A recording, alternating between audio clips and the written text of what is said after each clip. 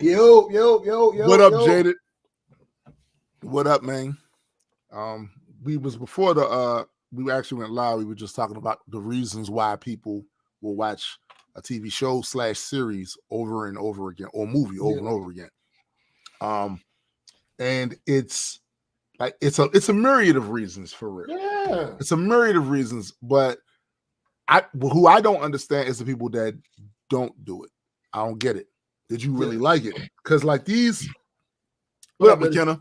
We was talking about like the story beats, the pacing, all of that, the gags, the whatever is going on in there.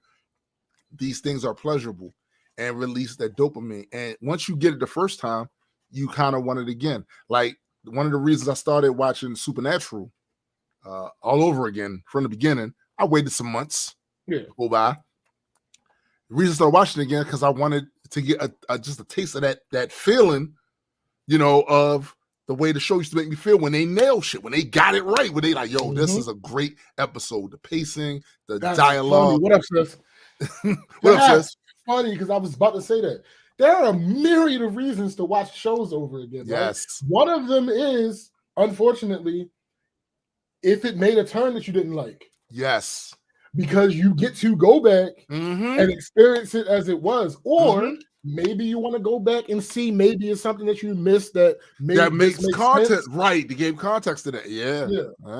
It's a lot of reasons. A bunch of different reasons. If you're into, like, if you're a fan of the medium, you're going to do repeat viewings. That's a fact. If you just put something on and it's enjoyable to you, and you might be a fan of that particular trademark, right? Then maybe you don't watch it again, right? But if you're a fan of the medium, you're gonna watch it. You're gonna do repeat watches. Yeah, because I get a lot out of it. Even from the storytelling standpoint, you get a lot. I know I do a lot out of it, and even from a technical standpoint, camera angles. The light is certain things that serve that. This I actually had. What up, that random bearded guy? What up?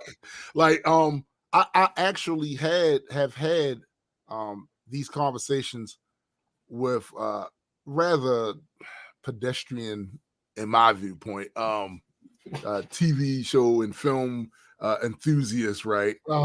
And trying to explain to them that, bro, it's more than it's the story. It's more than the story. Yeah. It's also how it was filmed. Yeah. It's also about the composition in the scenes. It's about the angles. It's about certain expressions the actors and actresses make when they say certain things, certain inflections in their voice. I should not have to explain that to a self-professed film enthusiast. No. I shouldn't have, and yet I found myself doing that one time. You know what I'm saying? And it's like, bro, come on. You told me, you said, you know what I'm saying? Like, I should not explain that these are intangibles. You know what when me and SPJ talk about our favorite films, TV shows, whatever, we never have to explain that to one another. we never have to explain that to one, because we all, of course, this comes with it. This comes with it.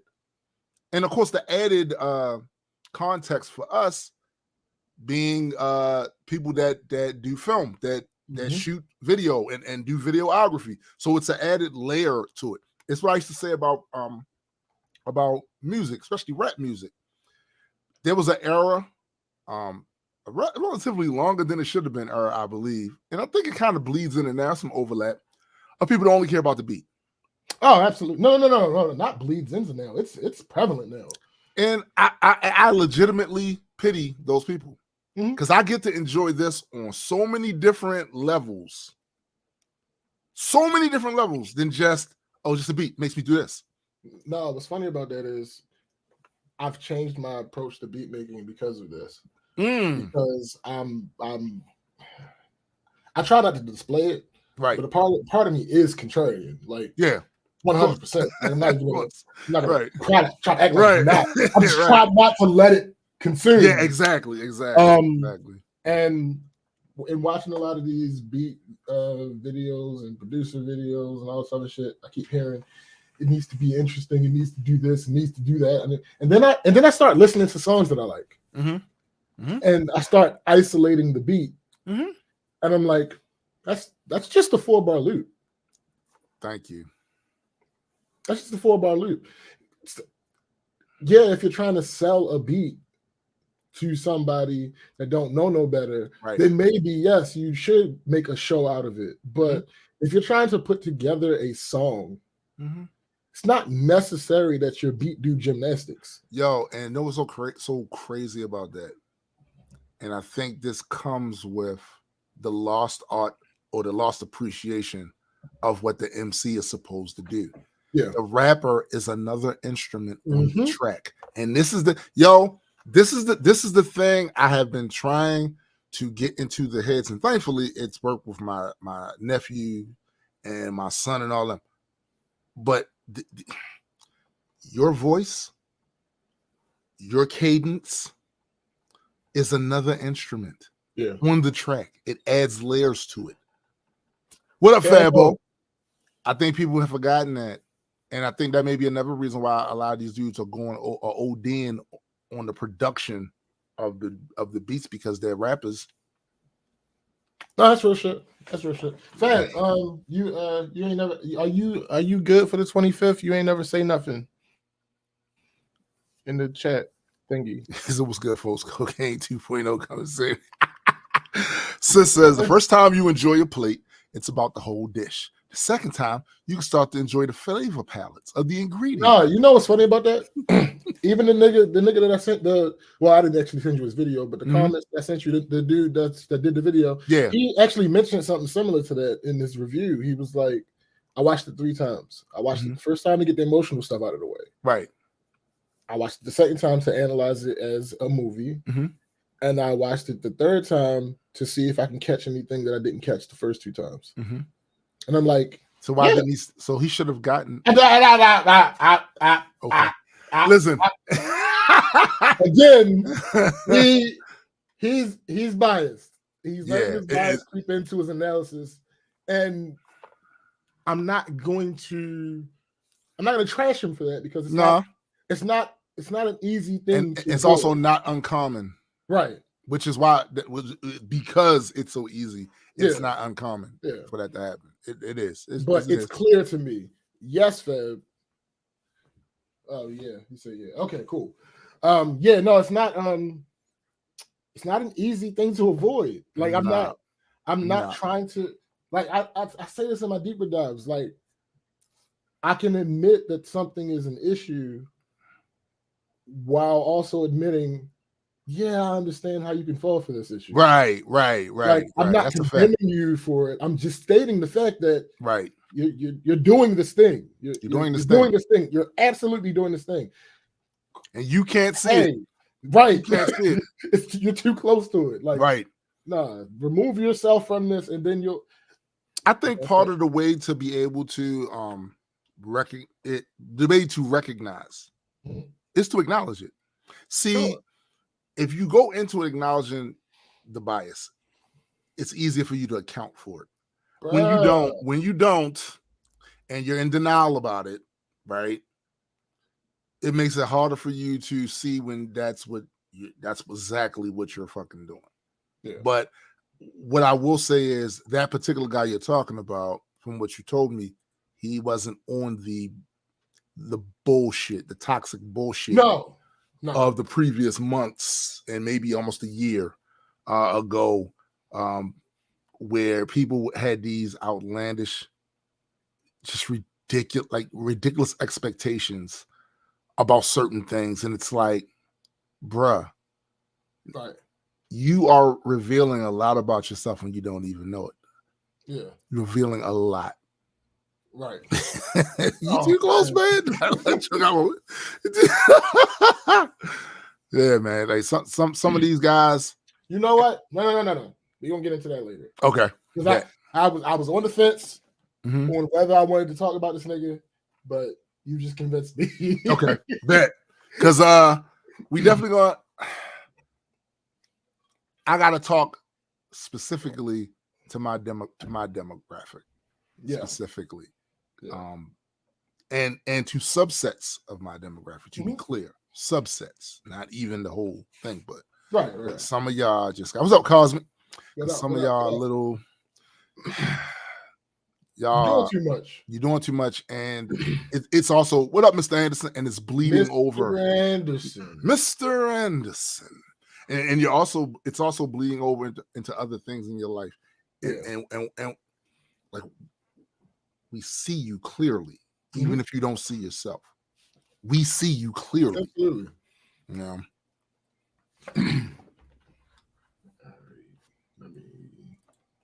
What up, Special Space? What up? All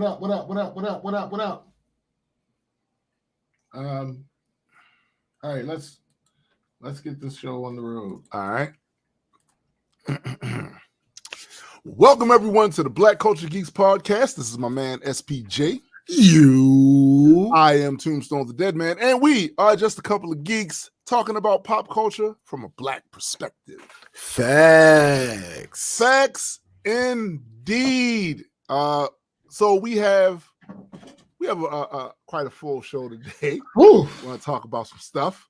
And see, it'll be a mixture today of gushing and fussing. Oh, you will be fussing. Yeah, we're not doing. Listen, it wouldn't be realistically at this point.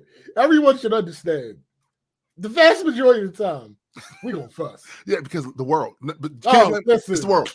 And I feel like not responding to certain things, not adding our contribution to some of the bullshit, and trying to do our small part, a corrective measure to that shit. We would that's malpractice. Yeah. At the end of the day, we're broadcasters, so we have an audience, not a huge audience, but we have an audience. We feel like it's necessary for said fussing. Thanks. All defects. We have an audience, not the hugest audience in the world, but we have an audience. Right. I feel like What up, free thinker? I feel like anybody with an audience has a certain responsibility, and given what we've branded the damn show, and facts. Like we gotta. I'm laughing at McKenna right now. He said, "No, me." Hey, no, stop. Look, I thought about it way afterwards. Right. So I was like, well, I said SPJ got away with it this time, so I'm gonna let him have it. I got away with it, but you ain't get away with it. Yeah, man. McKenna, where's the weather update? Yeah, give us a weather update, because especially after the couple of days you had that storm. Let us know what's going on. They just, it's funny that you talk about the storm. It's a conversation, fussonomics. A conversation I had with my son, my wife, and my kid. And my son was he did what's expected in this type of conversation about a foreign country, a foreign tropic country, right? And he says, yeah, but the climate change, I said, this place doesn't get hurricanes. It gets tropical storms and stuff like that, but it doesn't get hurricanes because it's below the equator in a certain part, right? So he was like, yeah, but with climate change, I don't know, because it might. I said, you do realize we just survived the hurricane here. Yeah. This place never gets them.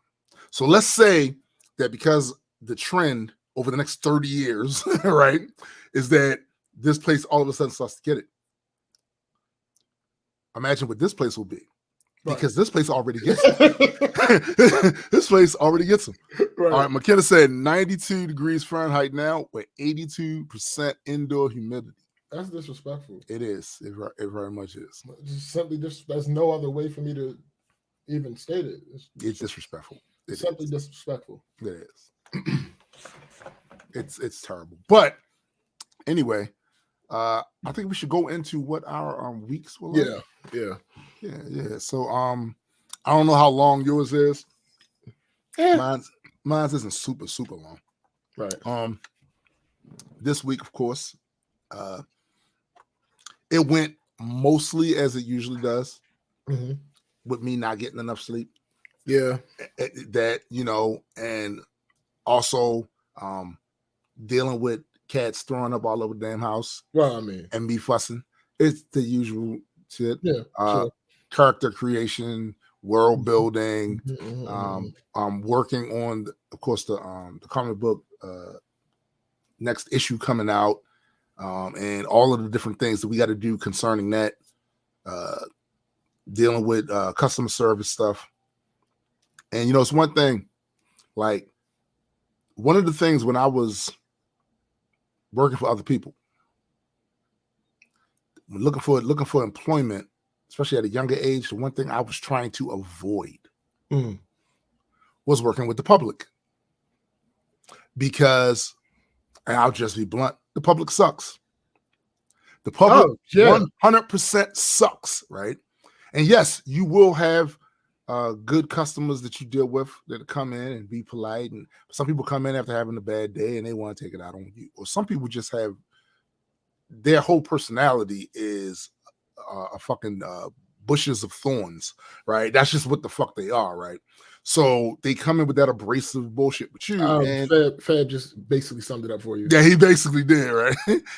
Special space there, world building, just the usual stuff. Yeah, y'all build worlds every now and then. So that's just regular. That's regular weed. You know what I'm saying?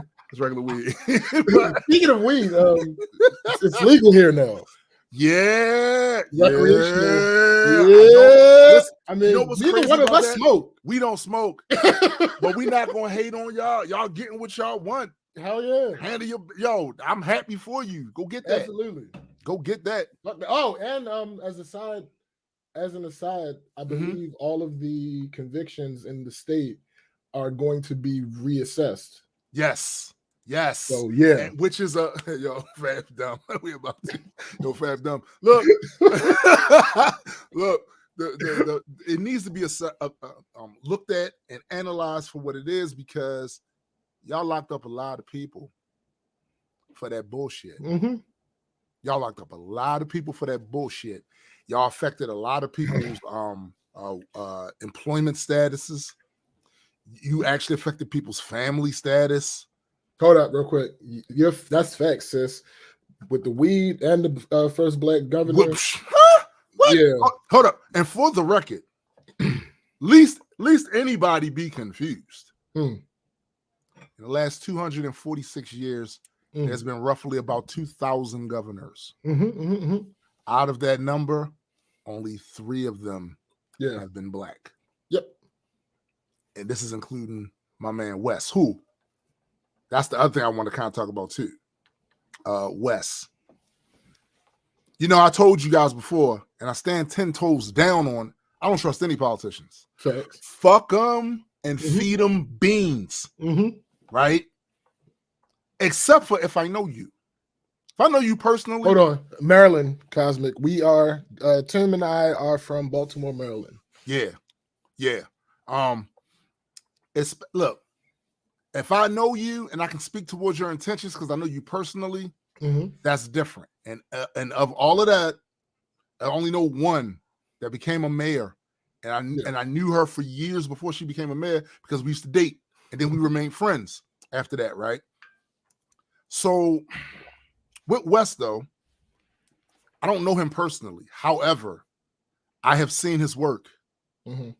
This is literally the first time he's ever run for office and got into the governorship. Bruh. He's not, he wasn't that typical. Nah. This guy. He's not a career politician. He's not a career politician. Former military, came home and started working at grassroots stuff. Yeah. Poverty, crime, etc. This is the stuff he's been working on all these years. I used to see him on a lot of these news shows.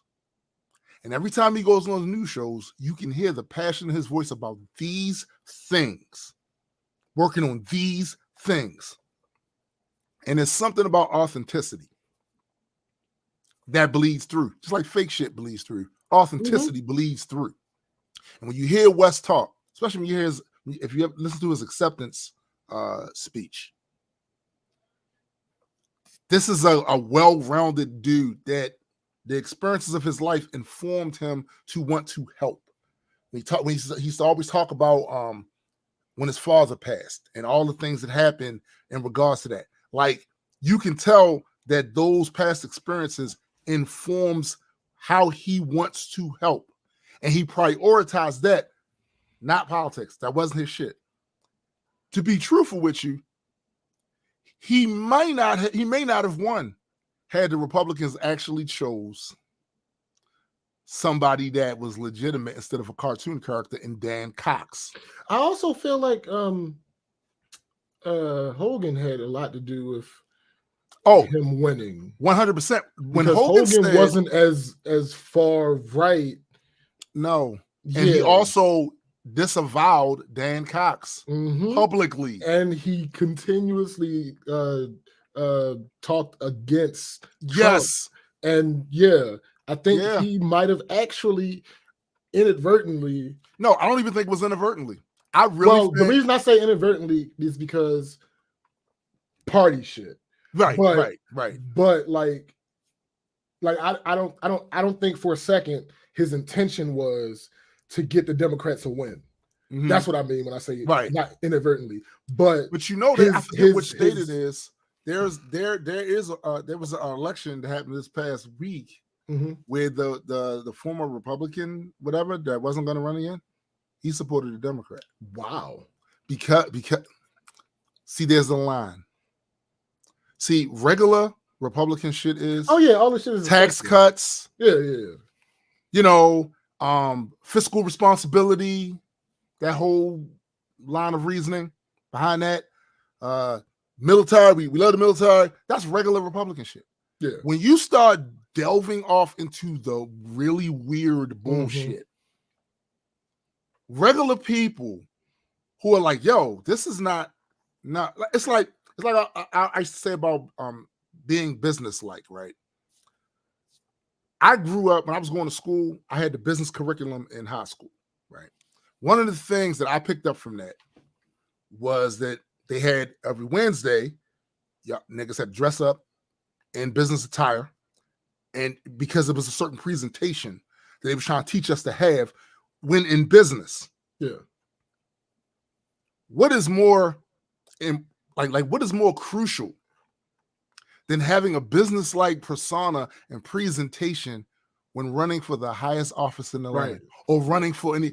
Bro, there's a certain level of maturity and not this sophomorish a high school cafeteria food fight type bullshit that a lot of these new age politicians engage in.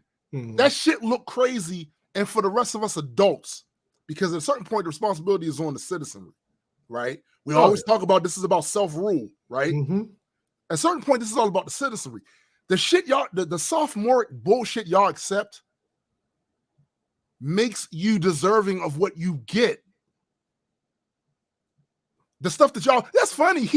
Yo, this shit ain't supposed to be funny, B. We talking about people's lives, one. We talking about people's well-beings, the general welfare. Come on, bro. This is not supposed to be some comedy act where some guy gets up there like an 80s comedian with a brick wall behind him, a mic right here, and either a cigarette or a drink in their hand. This ain't that, B. Right. And somewhere along the line, some of you adults have lost that. And I'm not going to completely put it on you, because it's been people that have undervalued public service through their behavior for decades. They undervalued it just by being assholes, just by being corrupt. So I do understand that it's hard for people to take that shit seriously when these motherfuckers not taking it seriously. When we catching these motherfuckers get on some news show, right? And they have this presentation of themselves like they about business and they not corrupt, and then we find out some shit. Oh, you doing that? Oh yeah. You doing that too, bro? Look at you go. Rest in peace to my man Pasteur. Like some of this shit has gone way too far. Yeah. Into entertainment. And that's not what this shit's supposed to be about. In any way, shape, or form. Give me a boring politician again. Let's make politics boring again. where motherfuckers know this is a job of importance and it's about public service and all that clown shit that motherfuckers have got acclimated to because of the internet culture. Yeah, everything's a meme and everything's a joke and everything like that. Yo, that shit is not good for the country. And with all of his faults, that's kind of what Larry Hogan was an avatar of. Yeah, that's a fact. He was business. This is what needs to get done. This is what we're going to do about it. Yeah, I'm not going to be. You're not going to see me on this news show, that news show, giving color commentary with hot takes. Right. You're not going to see me because I have a job now. Now you might see me do it because I'm walking up. But when I'm in office, you're not going to see me. Some of the bullshit that happens with a lot of these, especially the newer elected officials, right, where they've shit the bed so often, so soon that they don't even have committee assignments. So they're not literally involved in the legislative process for real, right? They don't get to help craft shit. They may get to vote on shit, but they don't get to craft shit because they've shit the bed so many times. So you know what they do instead? They hustle their ass to whore themselves out in front of a camera. Yeah. Or in front of a microphone with hot takes so they stay relevant. And they post something on Twitter. Hot take on Twitter to get relevancy. Is that what we really want from our public servants? Right. No. And it's about time for us regular weed motherfuckers to stop accepting that bullshit. Yeah. Stop accepting it. Yo, the next time a politician that represents your state or your city gets on social media and says some cockamamie bullshit to get attention, get under that post and say, motherfucker, get back to work. Yeah. Fuck is you doing wasting my money with you being here trying to be a fucking internet maven or star or influencer? Fuck out, go back to work. Yo, get off that computer and get off this. No, stay on the computer. Get off this website. Yeah. And we don't want to see you until you have a public service, and it's in the word, a public service announcement for the people. Right. Like all that Ringling Brothers, Barnum and Bailey bullshit y'all be on is disgusting, is disrespectful to the people. Yeah. And arguably the people deserve it because this is who y'all. I mean, sure. Yeah. Here's the thing. So I think I know your answer. Mm-hmm. Do you think Hogan can beat DeSantis? Wow. So I'm gonna say, in a perfect world, yes. Well, sure, yeah. In today's fast food politics, probably not. Yeah. Because you got to remember, DeSantis got to be very flashy, right? In Florida, there's like Maryland, smaller state. Some of the things that Florida has causes it to be in the limelight a lot more than Maryland is. So he got a chance to show his ass. And one of the things that I noticed that the Republicans seem to be hyper focused on now is culture issues all the time. Yeah. Culture issues. He waded into that extraordinarily. And Def Santis. And I think Florida being the type of sandbox that it is, it allowed DeSantis to basically have a 4-year, he's going to have a 4-year campaign ad. Right. Yeah. A 4-year campaign ad. I'm gonna go at the gay people, tell them they ain't shit.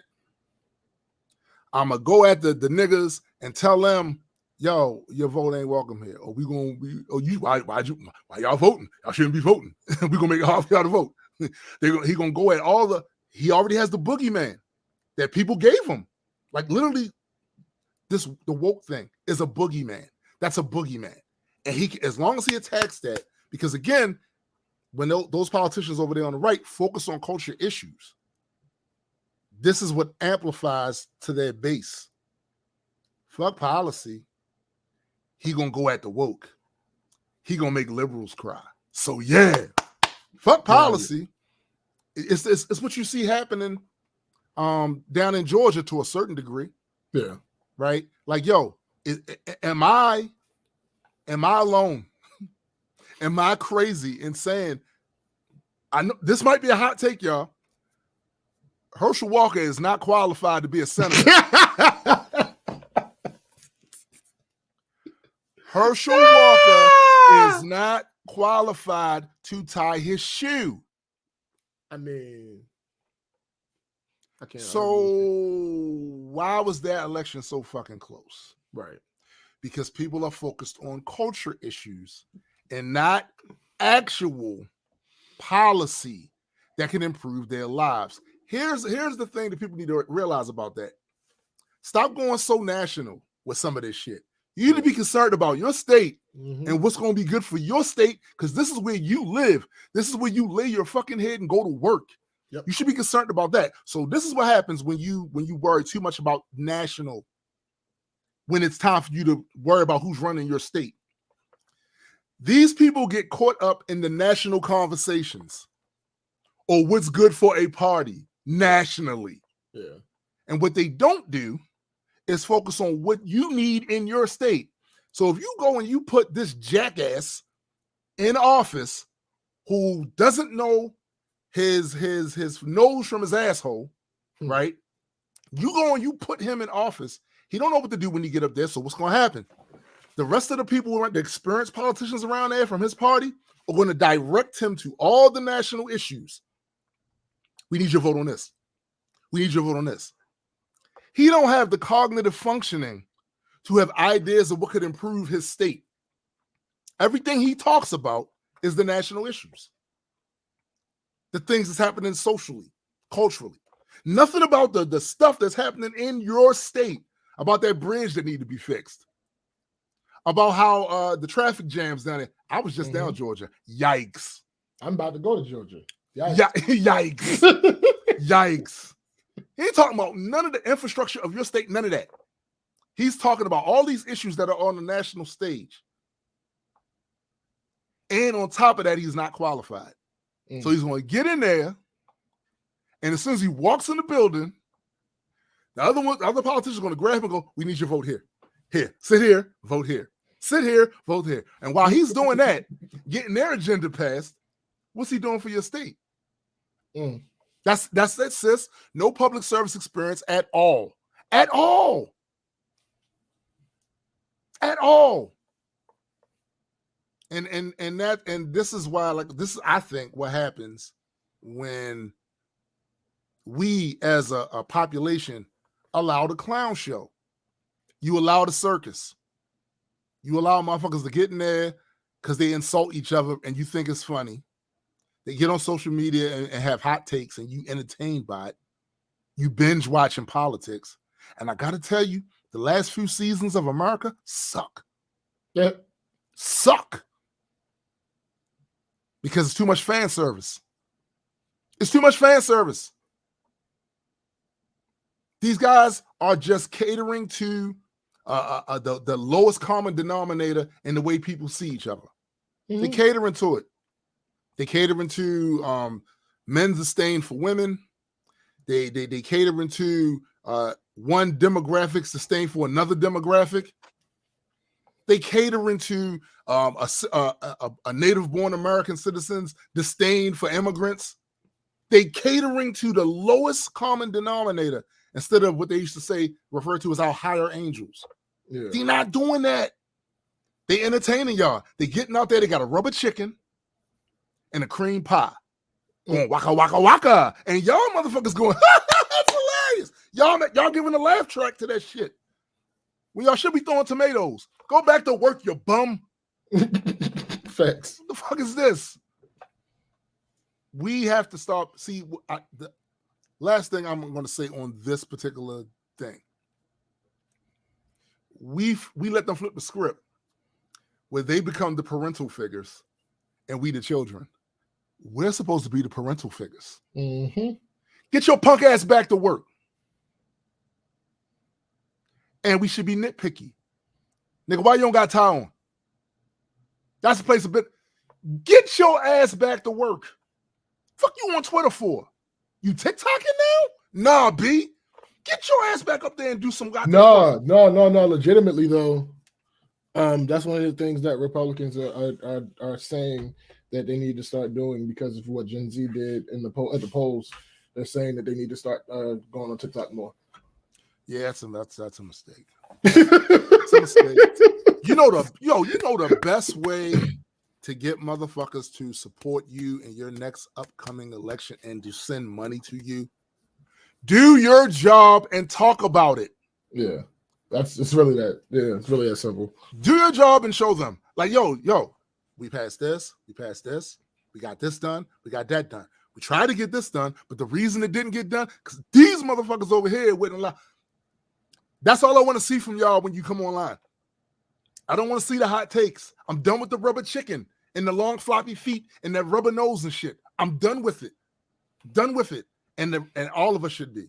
Like, yo, that's enough of that. That's enough of that. We were slipping. We all was binging Netflix and smoking weed and eating chips and all that shit. We was slipping, and we let y'all get up there and do the waka waka waka. We let you do that. That's over now. Do your fucking job and show us your work. Mm-hmm. Show us your work. That's it. But I must admit to being way too optimistic about us being that mature. No, that's never going to happen. Right. Yeah, no, it's not realistic. Right. Because after I say this, I know I'm not the only one saying it. They tired of the shit. But after that's said and done, people going to go back to the Waka Waka show, to the Muppet show. They're going to go back to Kermit D. Frog. Yay! They're going to go back to that. Just like I wrote the song, me and Napalm wrote the song No More Messiahs. That song got a lot of plays. I was happy about that. Yeah! And then as soon as the next election cycle comes up, they start looking for messiahs again. So like, listen. I can't reasonably expect for there to be a cultural change because of some shit I do. No, it's not. That's not gonna happen. I'm just saying though, for the record, for the time capsule, for these radio signals that eventually go out there into space, eventually go out there, and who knows, some alien civilization at some point might get these signals and go, oh shit, and to decipher our language and go, at least some of them was spitting. Some of them was spitting. The rest of them, I don't know the fuck. Some of them was spitting. You know what I'm saying? Some of them. When they wade through all the waka waka waka, what did the chicken do when they crossed the road? When they get past all that, well, some of them was trying, but god damn, they really sucked. Mm-hmm. They really sucked. Mm. That was kind of my observation for the week. And I left out the part about the custom service thing because look, I'm happy to report that the vast majority of the people who have purchased our book that I've had to engage more than just sending them out their stuff have been on point, polite, not unreasonable. Mm-hmm. It was one that had an unreasonable expectation, but it didn't get crazy. Right. But it was unreasonable expectation. And I'm glad to hear that. But I know for a fact that the wider the brand grows and encompasses more people, I know I'm going to have to deal with that. And I'm hoping at that point, we will be big enough to have somebody else deal with that shit. Sure. Yeah. Fact. You know what I'm saying? You know what I'm saying? So what did your week look like, sir? I got hella screenshots. Hold up, special space. We don't do a show long enough. We don't do a show long enough to tell you. I can sum it up because I read the first comment and I was going to respond to it, but you moved on, so I was going to leave it alone. Mm-hmm. So he says it's kind of up to the public to put up a stance, but the public is dumb as fuck. Full stop. Education, well, sure, yeah. Full stop. Yeah. Education has to change for mass perspectives to change. What skill or method has got your views past the veil? I'm not sure that's true. I'm not sure that education changing will do anything at this point. Yeah. I feel like we are far along enough in our evolution and with technology that this is what that's a good point, yo. I think you raise a great point in that, part of education is the dissemination of information. Mm-hmm. We are now in a time where information gets disseminated at a much larger degree, but so does misinformation. Now, some might argue that education is also the guided dissemination of information. Right. Like someone's being guided into that. However, I think the horse is out of the barn on a lot of this shit. Some shit has kind of set in to be like cultural. But yes, absolutely. Also, it's kind of like the Adam and Eve thing. Like before, we didn't know that we could tell experts we don't believe you. Yeah. We didn't know that before. It wasn't really an option. We kind of died if we did that before. Right. And we still die. You still do. But people care less about that because how dying works has changed a little bit over the thousands and thousands of years. But in all seriousness, education changing, it being the guiding of the dissemination, only matters if the people are willing to accept it. Yeah. And again, we now realize as a whole that we can just be like, I don't believe fuck that. And in this bubble that I'm in, we don't accept that. And they made it real easy to do by doing shit like this. So the news reports on something. Mm-hmm. Someone who doesn't like the conclusions that whatever this news story is coming to then says, can't trust them, they're corrupt. Correct. The news organizations have enough corrupt shit and enough corrupt baggage from bullshit they've done to legitimize this guy and the other people that he can convince of that they're corrupt. We shouldn't listen to anything they say. Yep. And I'm gonna get into that a little bit later in the show. Mm-hmm. Mm-hmm. All right, so what up, Cindy? What up, Cindy? Let me get the not nonsense, but let me get the less important stuff out the way first. This nigga at work, he asked me to take him home. Now, here's the thing. I had taken him home before. Oh, so it's no problem. Because he had gotten a package delivered to a job that it really wouldn't make sense for him to get on the bus with. Like, right. Come on now. It's one, a hassle, number two, a risk. Right. All this type of shit. So, I got you. I take you up the street. Because he lives like, without traffic, he lives like 15 minutes away from the job. Okay. So it's not terrible. So he ain't had no package this time though. So I told him no. Like no, mainly, the bus and Uber, all that shit's available. Bruh, mainly because he lives in the opposite direction of where I live. Right. Well, It's an imposition. His rationale was that's not true. What's not true? That he lives in the opposite direction. Whoa! Wait! No, Let me explain. Okay. Let me explain. Give him the benefit of no, not even that. Let's hear both sides. Since his rationale is, since we are already east, it's not like he would be leaving he as in me would be leaving west to go east and then go west again. Mm-hmm. No.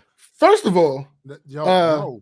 The entitlement is amazing. Will never sway me. Yeah. Entitlement gets you literally nowhere with me. Yeah. Let me rephrase that. There's a certain level of entitlement that I expect. Oh yeah, a certain relationship. Yeah, absolutely. But what you're saying is undue expectation of entitlement. Yeah. Like, there are certain things that Tune can say to me, not ask me, say to me that are going to happen versus some other motherfucker. Right. Yeah, like the entitlement is relative. Right. But that type of entitlement is never going to sway me. One of my pet peeves is, and has always been, when someone asks you for a favor and you say no, and they proceed to tell you it's only. So it's only $5, or it's only around the corner. I'm gonna start. Well, if it was only, then you should be able to take care of that yourself. Facts. If it's not that big of a deal. Yeah, right? It's only, yeah. Second of all, his fantasy explanation don't equal up to this real shit. I would literally be driving eastward. See, that's what I was about to say, yo. That's what I was about to say. I would literally be driving eastward from our job in order to take him home, and then have to do westward past my job to get back to my place. That's third. That's not how directions work, nigga. But wait, there's more. Third, if we want to engage with his bullshit fantasy, okay, let's do that. Where we work, it's not really east. The block that we work on is on the street that separates east from west, Charles Street. It's on the street that separates east from west. Y'all at the Mason-Dixon line. Ain't nobody trying. Nigga, hold up. Even worse. Even if you want to consider that east, it's like 30 or 40 feet east. Now, on top of that, our work block also touches the street that divides the north from the south. So it's literally adjacent to the center point of the city. So actually, no, you should have said to him when he said to you, "We already on the east." You should have been like, "Man, it's only 30 feet."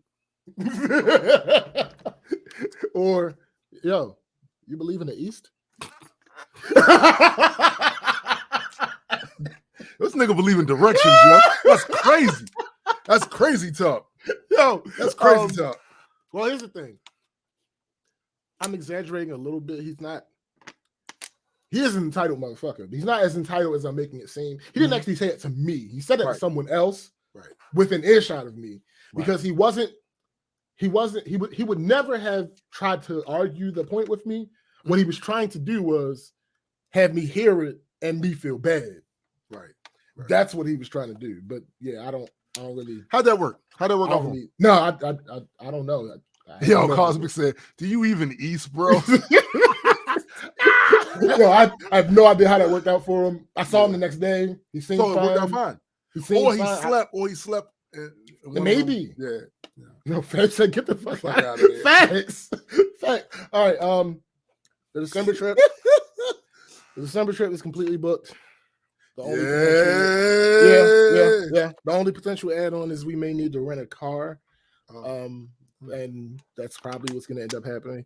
Right. But this one was not stressful in any way, shape, or form at all. Not one bit. The only potentially stressful thing that is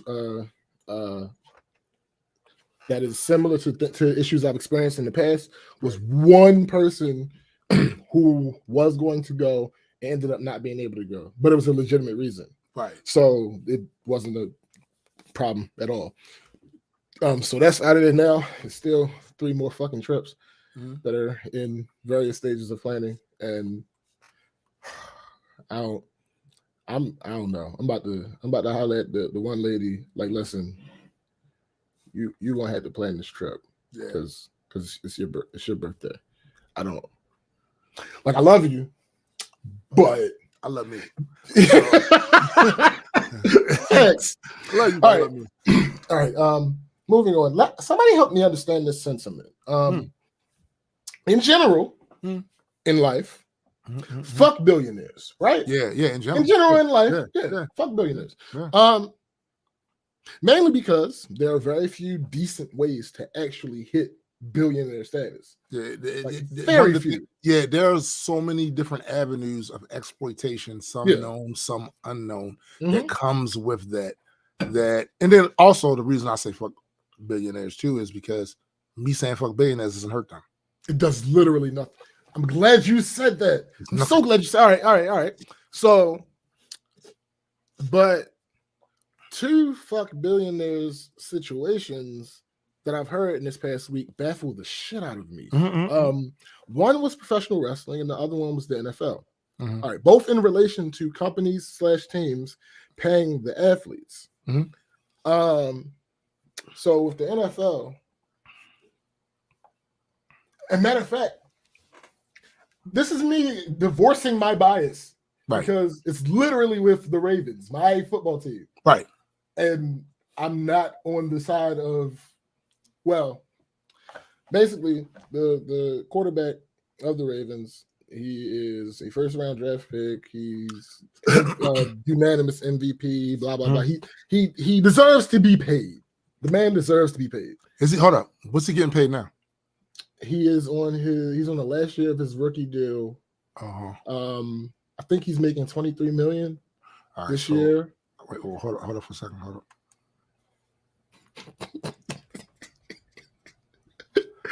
You're burying the lead. Don't say that, Roy. No, stop. You're burying the lead. Stop. That's why I did that. So I didn't say it. You're burying the lead. All right. So, for those who don't know about the NFL, I'll try to give the context. Basically, there's this quarterback, really good quarterback, one of the top quarterbacks in the league. He got suspended because there was a scandal situation where like 20, don't quote me on this, the number might be wrong, but the idea is there. It was a fucking lot. Right. Like 28 28 accusations of inappropriate sexual behavior with masseuses. And he ended up getting suspended for that. Well, the team that he was with, he was done with that team. So he demanded a trade. Yeah, hold that thought. Why did I just see Mike's dumbass Muppet Show intro comment? It's time to make the whites angry. Facts. It's time to get the spite. It's time to distract the nation on the Muppet Show tonight. Yo, that is the illest shit I heard. That is the illest shit I heard all fall. Hey, I knew that. So basically, he had a no trade clause in his contract. What effectively that means is the team can't trade him unless he agrees to the trade, which means basically he's in control of his future outside of the event of his contract running out. Right. Because they're not going to cut him, because cutting him would leave them with so much dead money it wouldn't be worth it. So he got traded.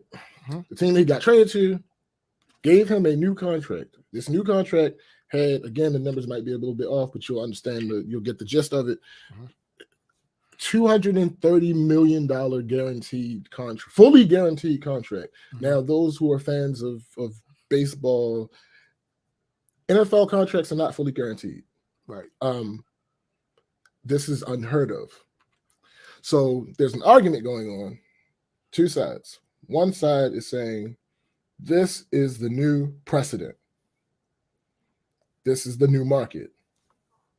The other side is saying, no, this is a fucking outlier.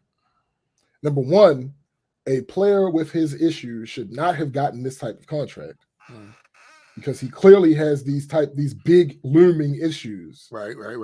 He did not deserve this type of contract. Now, how that involves my quarterback is this is the last year of his rookie deal. It's time for him to get a new contract.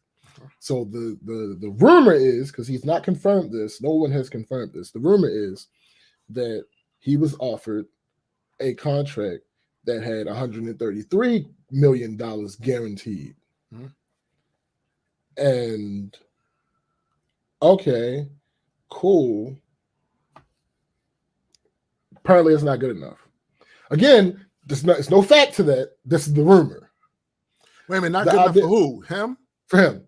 The idea is this is how he feels in his representation. Yeah, apparently. No. He doesn't have representation. He does not have an agent. Here's the thing. he wants, apparently, again, he has not come out and said this. Mm-hmm. Apparently, he wants to top what that other quarterback got as far as guaranteed money. The argument being made where the whole billionaire thing came up is, oh, these guys are billionaires. Why are you rooting for the billionaire? Because a few fans of the team were like, you're being selfish.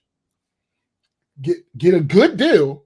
Absolutely get a good deal. We're not asking you for no hometown discount or no shit like that. Right. Get a good deal, but don't try to fleece the team because this other team made a bad business deal.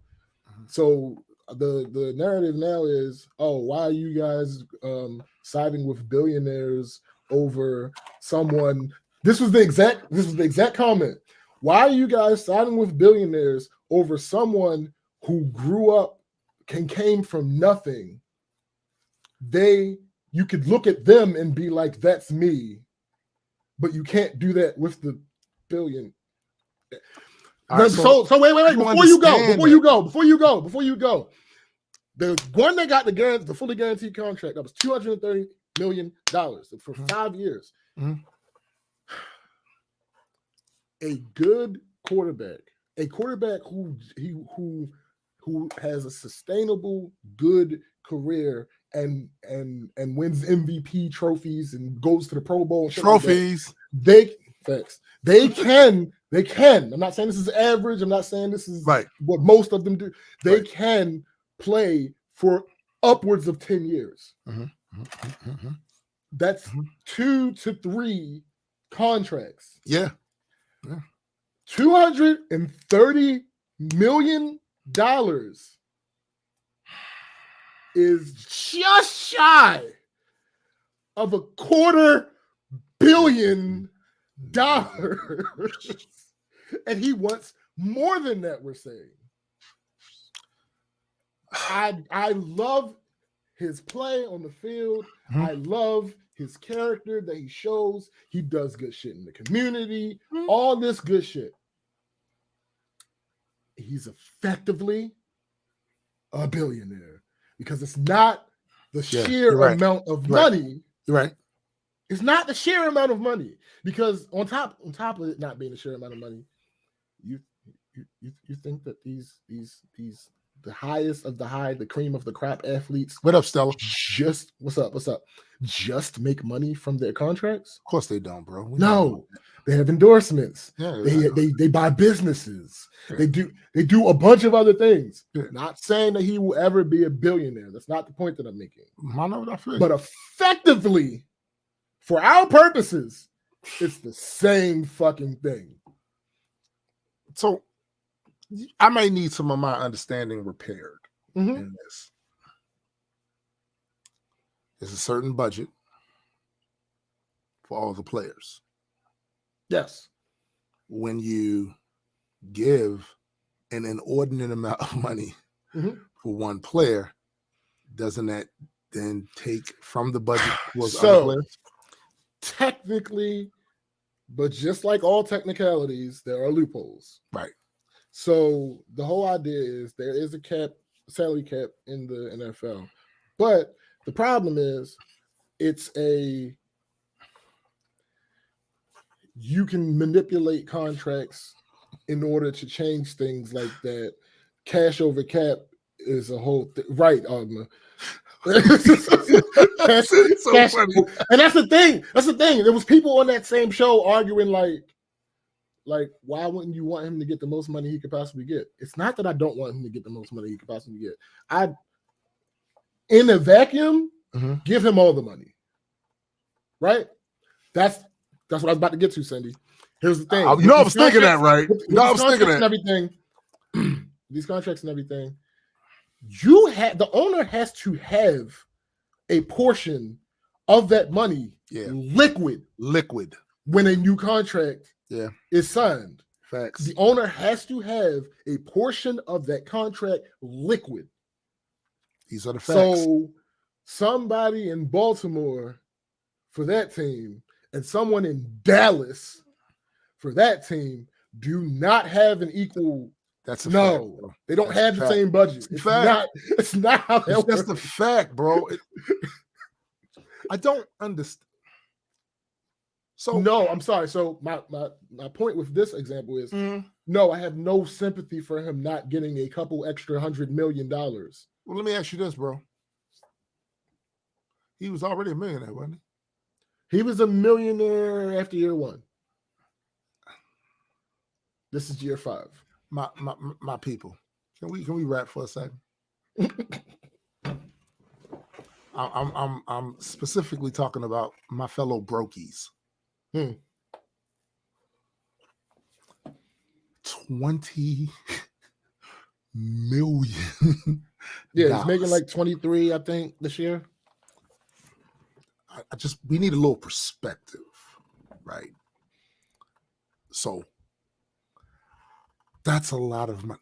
I know we hear billionaire bit thrown around so much now that billionaire gets thrown around like millionaire. We think that that's the status, right? We think that's that's the base. You should at base be a billionaire, right? I gotta explain. I gotta explain to y'all something, right? There's a certain amount of people in the world, and then there's. I think it's officially hit 8. 8 billionaires. Yeah, I get this. This is why people market, because marketing works. The fact that billionaire is thrown around, as much as it is, gives you guys the impression there's a bunch of these billionaires running around all over the place. It's not, though. Facts. It's not. I got to be honest. I think it's like, what, 400 or something like that? Something like that. When I see there are people I know who have a hard time feeding themselves. Oh, no. I'm way off. I'm way off, apparently. What's the number? It seems the number, all right, September. I'm going to look at September. How many billionaires are there in the world? For most people, it's hard to imagine even having $1 million. That's the point that we're trying to make. Yeah. Let's put it in perspective. Blah, blah, blah, blah. 1 billion. How many billionaires are there in the world? Achieving billionaire status. Why do you keep...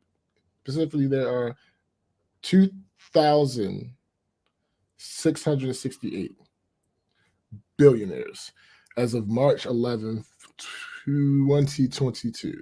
Right. However, only 140 people were in the exclusive $1 billion club back in 1987. All right, good shit. So when we talk about billions, let's talk about another billions that people don't really factor into this. 7.5 billion people. No. I think we officially hit 8. Excuse me, 8 billion people. Yeah, 2,000, 8 billion. See, this is the exact same issue we run upon when we talk about quote unquote black on black crime. Yeah, same shit. Yeah, 47 million. Yeah, y'all don't understand percentages, and it shows. What I'm trying, y'all got to understand that just because they throw the term billionaire out there, like it's us, this is the baseline you need to be, or you're not successful, is the craziest shit ever. It's considering wild. That the vast majority of us will never see $1 million in one place at one time. Yeah. So look, I get the whole fandom thing where you want to see the people that you're a fan of do well because you're living vicariously through them and you appreciate their talents and all of this shit.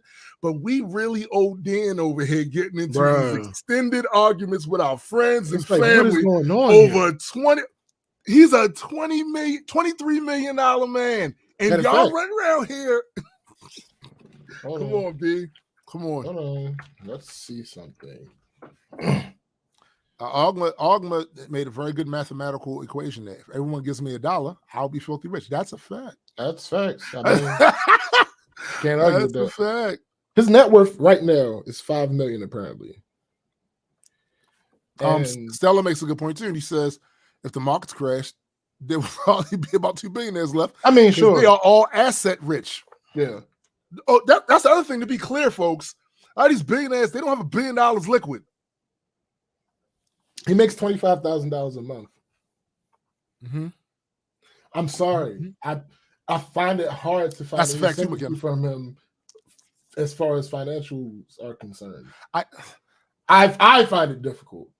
You know why you find it difficult, bro? Because I don't make $25,000 a month. Come on, bro. Come on, seriously. Like, you know, I told myself a long ass time ago that I was going to start taking a moment every so often where I remember to be mentally appreciative of the things I have. Yeah. For instance, a couple times you, me, and Keith will go out and shoot with the cameras, and it's a nice ass day, and we got some money in our pocket to get food. And all I'm hanging out with the bros. Facts. Doing the shit we like to do. Mentally, I would stop internally and go, I'm taking note to be appreciative of this shit. Yeah, this is a good day. This is a good, I'm not in any pain. This is a good day. Right. So when you're at 23 million, nigga, hold on. Let me clarify, because I want to be specific. Yeah. Spotrac.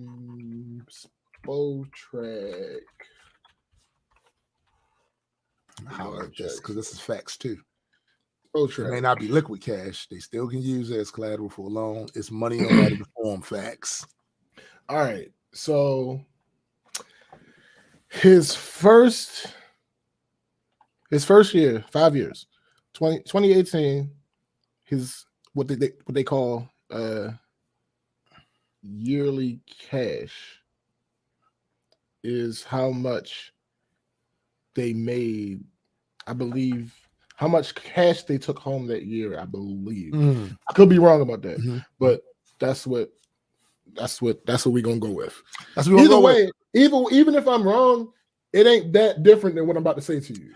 Yo, a lot of times when me, you, and Keith would go out, I may possibly have 50, 60 bucks on me cash. Right. And maybe something else on the card or whatever, right? And I'm appreciative that we out. I know if we hungry, we go get something to eat. If I'm thirsty, I can buy something to drink from with that. Like, we like when you're at that amount of money, 22, don't you think you should be taking some time out to be a little appreciative? Here's the thing. 2018, 5 million. 2019, 1 million. 2020, 1.5 million. 2021, 1.7 million. 2022, 23 million. Yeah, listen, I'm sorry. Cumulatively, 32.7 million. Oh, jeez. Y'all have no idea what I would do right now with that. Bruh. Oh, no, they have an idea. We've talked about it. Several times on the show. All right, hold on. Ogman, you were doing good for weeks, my guy. Uh-oh. For weeks and weeks. All right, here's the thing, Ogman. He says, my thing is, I definitely don't feel bad for the team making buckets more than that off his performance. If the marketplace says he's... If the marketplace says he's worth that, good for him. All right, special space. No, he's just gonna go grab a burger. Yeah, it's funny. All right. If the marketplace says he's worth that, good for him. That means he generates way more than that in revenue for the bosses. I am not calling for. This isn't an argument. I'm not calling for sympathy for the team. That's not the point that I'm making. No. The point that I'm making is, as a fan of the team and knowing how the salary cap and how the actual financials work, I know that if you give him $250 million guaranteed, that's going to hinder the building of the team. That was my point earlier. I don't care. I don't give a fuck about the Ravens' financials. Right. No, I'm a fan of the team, so I want them to be competitive.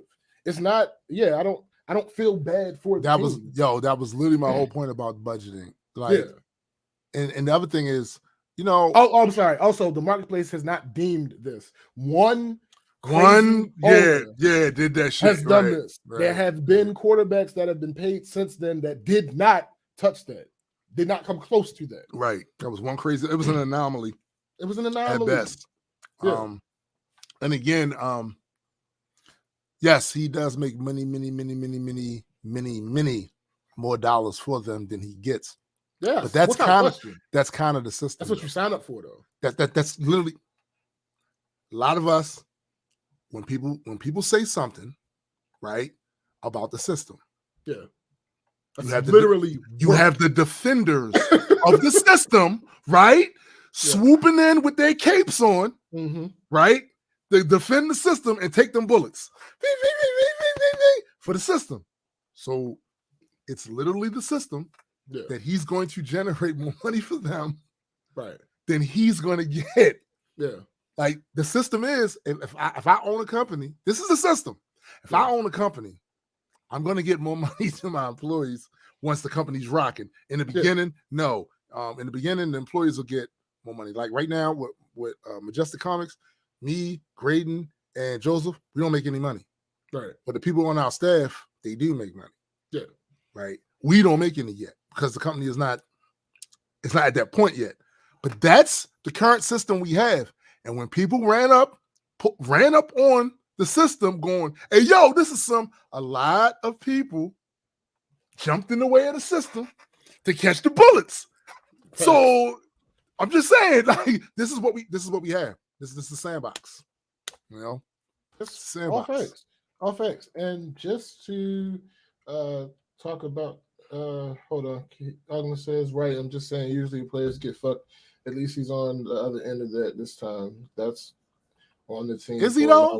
In the country. Are they going to really give him that? I don't know. I mean, here's the thing. There's a certain set of circumstances that could happen to force the team's hand. Okay, it's possible. Okay.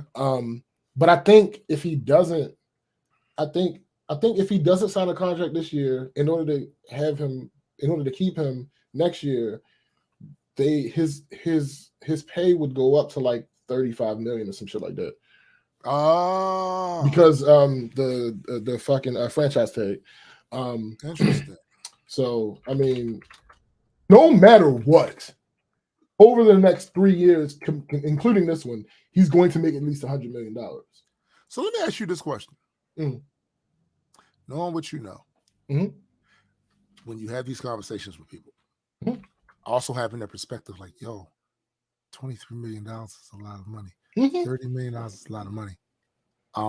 When you have these conversations with people, what restrains your head and neck from doing the Wanda?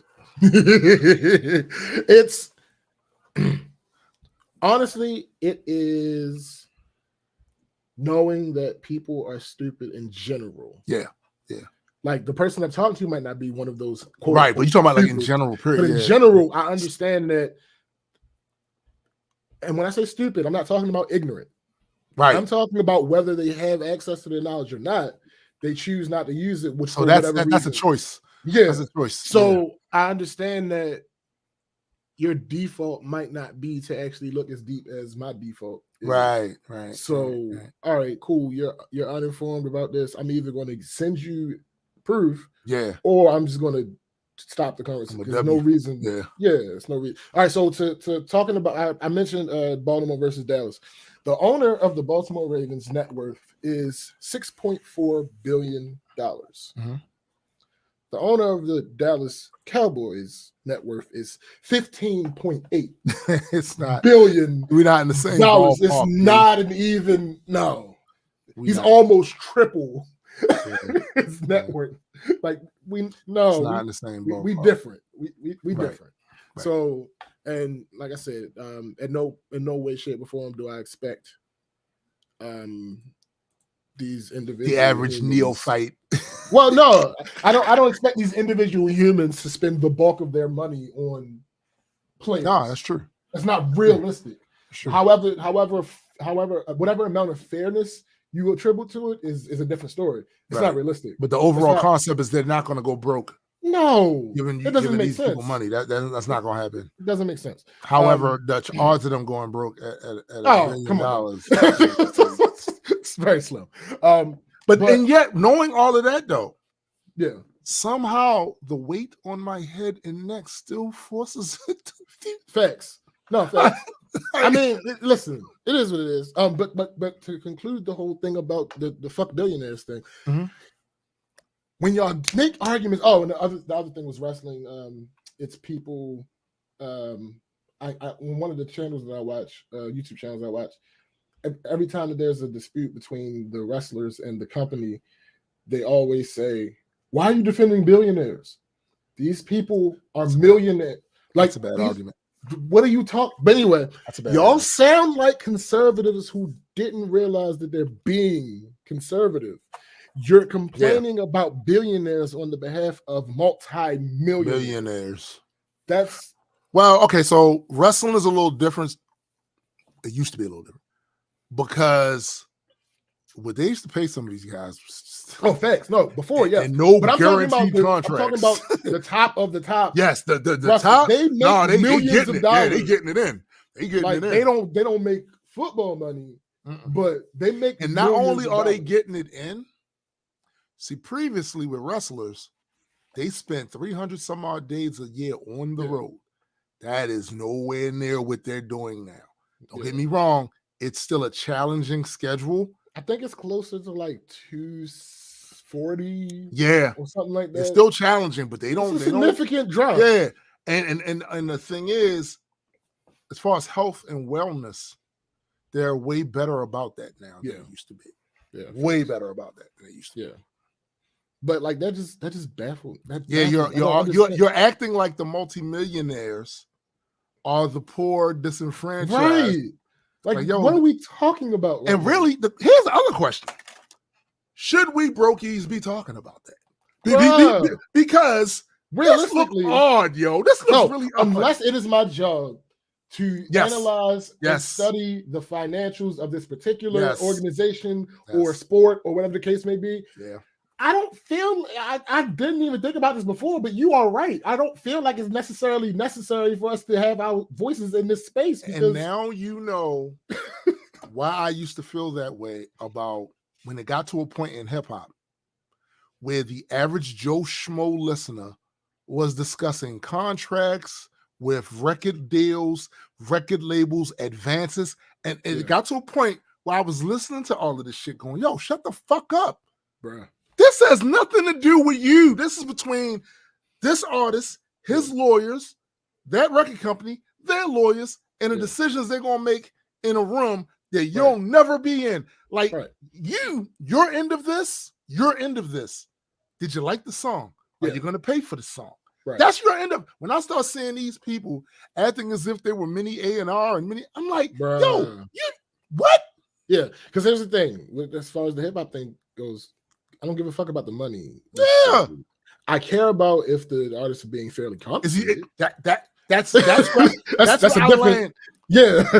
if I was just a non-artist, hadn't been an artist for 40 years, that's where I would have landed with it. Is he happy with what he getting? All right, cool. Right. I just want to make sure my man's happy because he gives me great music. Make sure he's happy. Yeah.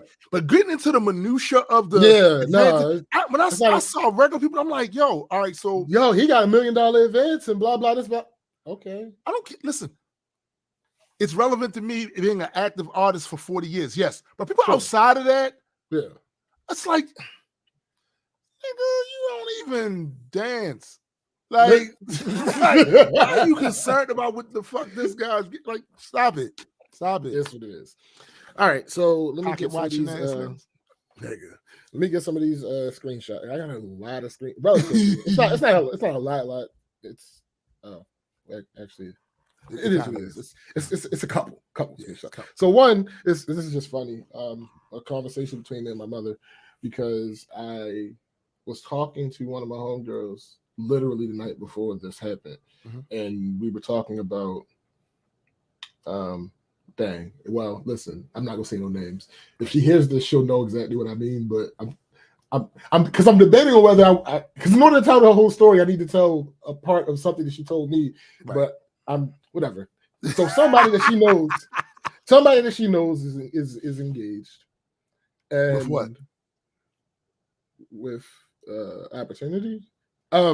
So somebody she knows is engaged, and there are a couple issues that her and I both deem should not necessarily happen when you're, what was it, 3 months into an engagement? Right. Things that should have been like discussed before an actual engagement happened that are present. And one of the issues was something about the guy's mother and blah, blah, blah, blah, blah, blah, blah. So I mentioned, listen, if my mother don't like you, there's a problem. That's what I always say too. Because my mother, I always say the same shit. My mother is the nicest person in the world. Like, if my mother don't like you, like legitimately, like my friends, like the vast majority of my friends call her Ma. Like, it's that type of it's that type of thing. So it's like, nah, if my mom don't like you, nigga, do you know how long I have been saying that in regards to people that I've dated, people that my sister has dated? If mama don't like you, you ain't shit. Yeah. And here's the thing. So she asked, not accusatory. She just asked. She's like, would you consider yourself a mama's boy? Actually, no. Yeah. You was mostly raised by your grandparents, right? I was. Well, all right. So, when I explained it to her, she understood more. So I'm a mama's boy, though. I'm gonna let y'all know up front. From elementary school, from grades 1 through 5, I lived with my grandparents. Grade 6, I lived with my mother.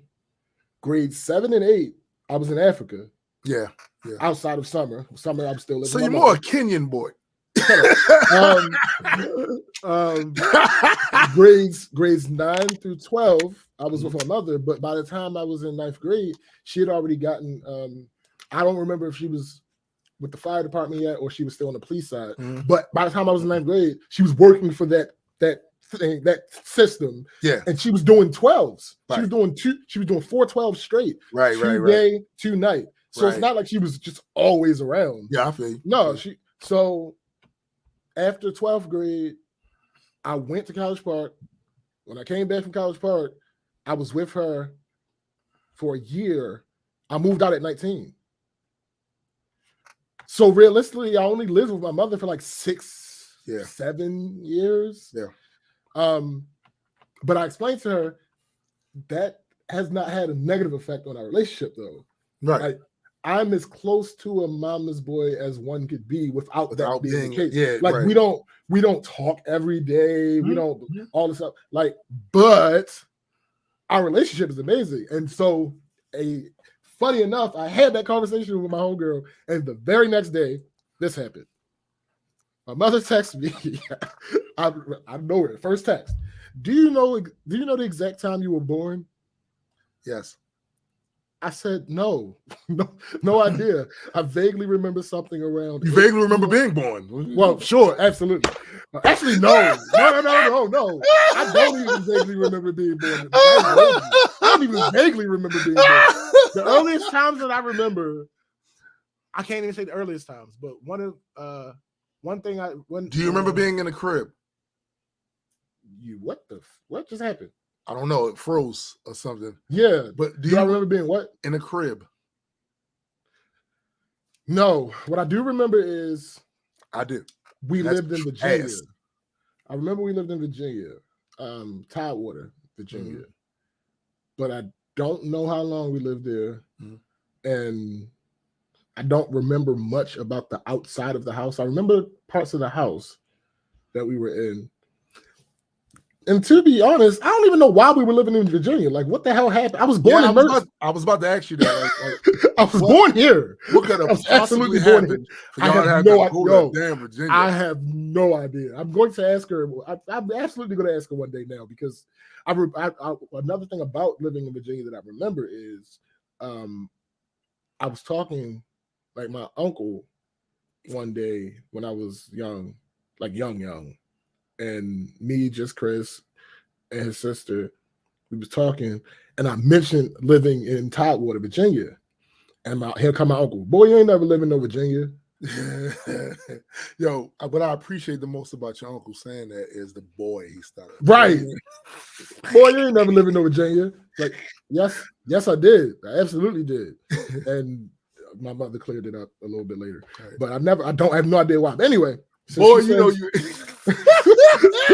That is an uncle thing. It's so uncle, yo. Do you know the exact time you were born? I'm like, no, I did. I vaguely remember something around 8 p.m. or something. Maybe it was a.m. I remember saying it wasn't my birthday one year when I was a child, and you either correcting me or confirming. Right. And she said, okay, love you. I said, I love you too. She said, by the way, I know it's a.m. and I'm thinking it's around 8:30. I said, that makes sense, because I was a little know-it-all. So it makes sense that I was wrong about this. I was trying to actually her. Of course it does. I was trying to actually her, and I was dead wrong, loud and wrong. But you won't do that? Yes, you will. No, nigga, you know it happened. I'm sure it happened again. I'm sure it happened again. It doesn't happen now. Thanks, sweetie. But I'm sure it happened again. Oh yeah, I know you, nigga. Yeah, I was still a no though. Like, yeah, I know you, nigga. So another thing, this Kyrie Irving thing. So I had started doing very intense research. Oh, nice. And I had started doing this before I had asked myself a very pivotal question. And when I asked myself the question, I was like, I don't have the answer to this. Let me ask Tim. And I asked Tim. And I thought that Tim burst my bubble. Because the answer that he gave me was kind of what I expected the answer to be, but it was the opposite of what I was hoping the answer would be. Right. So I was like, damn, I just did all this for nothing. And then I realized, no, I didn't. Because the answer you gave me actually works for me. So here is a list of the top 13 or so largest media conglomerates in the United States. So number one is Multiple Entertainment. Well, no, not yet. Okay. This is earlier in the year. This is before Discovery and Warner merged. This is before that. This is when AT&T still owned Warner. So, number one, AT&T. Number two, Comcast Corporation. I'm sorry. Number one, AT&T. I'm not gonna go over. Yeah, I'm not gonna go over that one because again, that's changed. Number two, Comcast Corporation, Universal, DreamWorks, MSNBC, Oxygen, E, USA Network. They're Multiple Entertainment. No. Those are the things that are under Comcast. Okay. Well, Disney. Come on. Disney, Pixar, Marvel, 20th Century Studios, Searchlight Pictures, Blue Sky Studios, ESPN, National Geographic. I mean, I could just keep going, but it would take too long. Netflix is number 4. Just Netflix. It's Netflix. Number 5, CBS. CBS is Paramount. Actually, it's Paramount. Again, this is old. Now it's Paramount. I can't remember the whole name of it, but now the company's name is Paramount something. Right. It is CBS. It is Viacom, which is MTV, Nickelodeon, BET, Comedy Central, Showtime, and Simon Schuster Publishing. Number 6 is Facebook. Come on, it's Facebook, y'all. I don't need to go into that. Number 7 is Fox News. Number 8 is Hearst. Patty Hearst? No, it is a magazine conglomerate. It owns Cosmopolitan, Elle Magazine, Esquire, Good Housekeeping. Wait a minute, Elle Magazine is still around? I guess it's on the list. Esquire Magazine, Good Housekeeping Magazine, the Oprah Magazine, San Francisco That's still Chronicle. around? I guess. Again, it's on the list. San Francisco Chronicle, the News Times, Midland Daily News. Number 9 is News. It's News UK, Dow Jones Company, News Corp, HarperCollins Publishing. Number 10 is no. Even with AT&T owning them, number 10 is still Warner Media. Again, this has changed since the Discovery thing. Right. It's still Warner Media, which is Turner Broadcasting, HBO, Warner Brothers, New Line Cinema, DC, blah, blah, blah, blah, blah. Number 11, Nexstar Media Group. That is...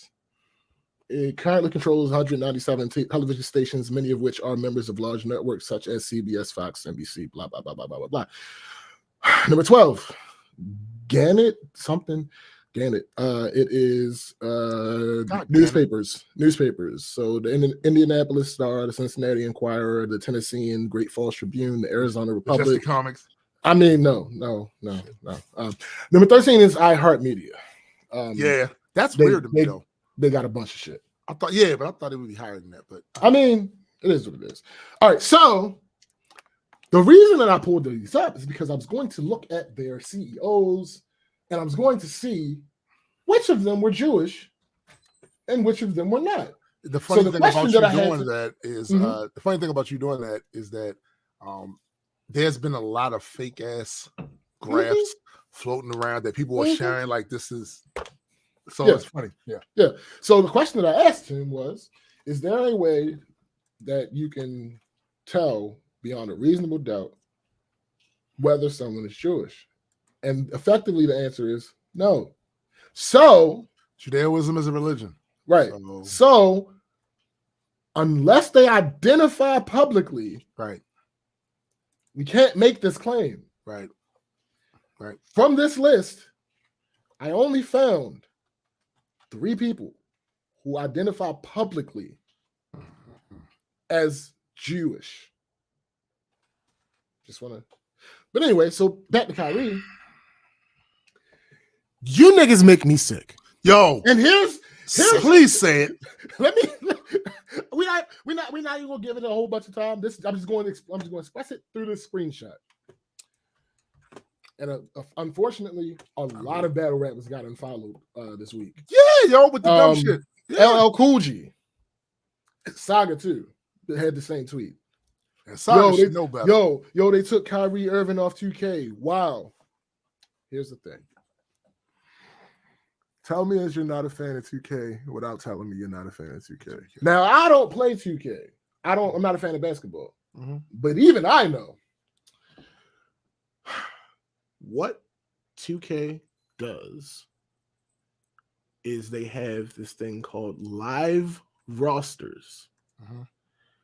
What live rosters are is they keep the game online updated to the current rosters of the company. So, for instance, if a person is injured, they are taken off of their roster until they're no longer injured. Right. You know what other circumstance fits under that equation? What's that? If a person is suspended because they can't fucking play when they're suspended. So Kyrie's not on the fucking game because he's suspended. you chuckleheads. Like, what the fuck are we talking about here? What I wanted to do is show them just really quick the games they played with that chart that has been floating around. Everybody citing, Kanye cited it and all. Trick 1: list every person as unclear ethnicity. If, say, Wikipedia doesn't state they're Jewish, instead of applying the far more likely conclusion that the person is probably not a Jew if there's not a single source that claims they're a Jew. Right. Trick 2: list all these unclear ethnicities in a reddish hue. Below is the more appropriate version, listing all unknowns in a in the greenish hue, right? List irrelevant columns. Who cares about the ethnicity of the vice president? Who controls your mind? or the founder of the newspaper founded 140 years ago. Right. Yo, now, just why y'all let them play with y'all? So here's the thing, in contrast to that last point, I was only pulling up current CEOs. Yes. Yeah.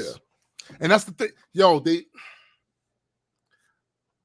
what I would love, this is what I got to speak to my demographic, Black males. A lot of you are falling into this thing. I can say a lot of you, it's a subset of you, but I think it's prevalent enough with at least some of these ideas hit our big swath of this demographic. They're using you. They're having you combat another marginalized group so that they themselves do not get held accountable. Yup. You're being played. Yup. That's why they have to. Why? Yep. Why do you have to lie? Yes, special space. Yes. Like, why do they have to lie and misrepresent to get you on board? Did you ever think about that? Yeah. Also, that documentary that Kyrie shared begins with one of the most virulent anti-Semites in the history of anti-Semites. Yo, the Holocaust is a fabrication too. Like, what? How is that not any? So the two things. Someone said, how's the documentary anti-Semitic? So it literally starts with Henry Fonda. Yeah. You clearly didn't watch it, first of all. Yeah. Now, I didn't watch it because I have no reason to watch it. Right. But it's clear they specifically mention how the Holocaust is fabricated and it's a thing that they use for sympathy in order to gain control of. And I'm like, yo, and it starts with that. It's not like it goes into a slow build. It starts with Henry Ford during that era of time when he was a virulent anti-Semite. It quotes him in the beginning of it. So it's like, bruh, they're typically 3 acts. Right? The introduction. And then you have the second act is where the conflict takes place. What's going on? Then the third act will be resolution. They start this off with Henry Ford saying some of the most virulent anti-Semitic stuff. Can I say something else too for y'all? One of the IDs for being a Semite, you speak a Semitic language. So what I'm going to ask a lot of you niggas that's running around here with all of that, what was the Semitic language that you spoke, you currently speak, or your ancestors spoke? Which one is it? Because that's what that is. Now, yes, I am also one of those people. I do, because I know what words mean. The Palestinians are Semites too. Right. The Arabs are Semites too.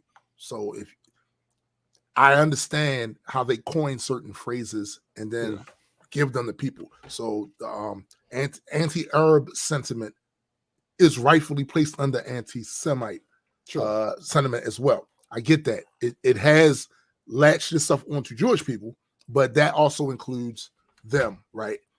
My only question to y'all is, why do they have to misrepresent truths and facts to get you on board with their bullshit? Has it ever crossed your mind that there is a finesse happening here? There is a finesse happening here.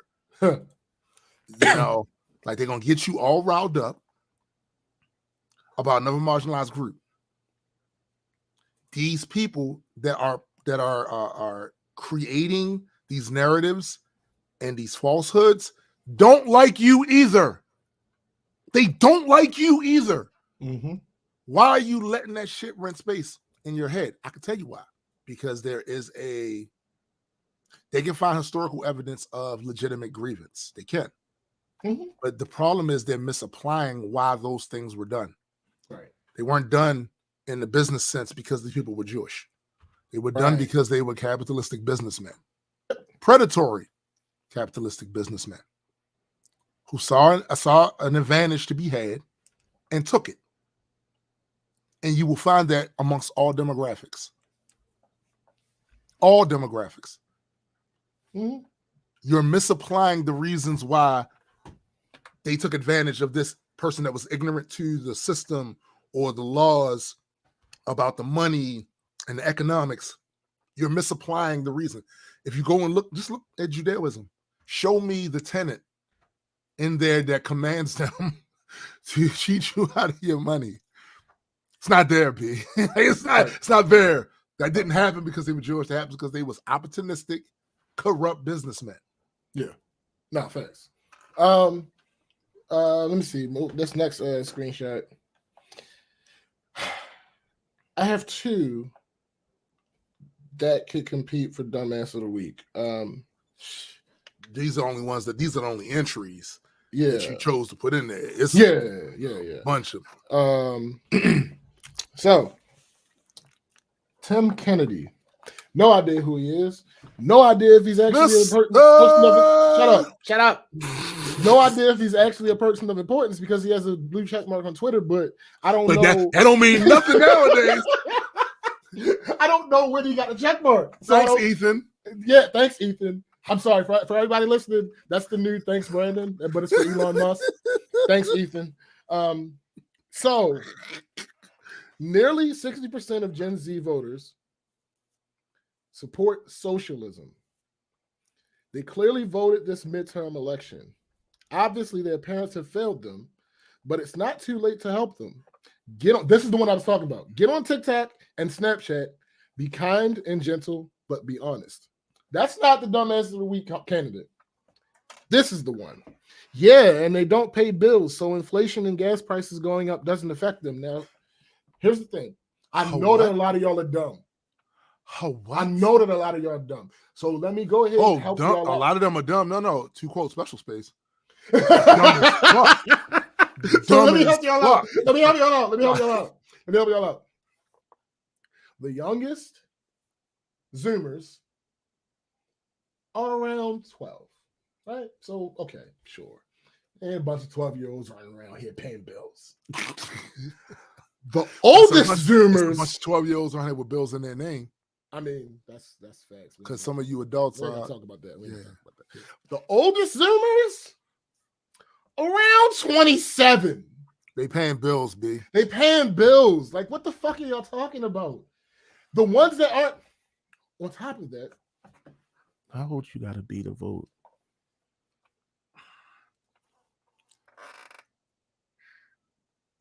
$18.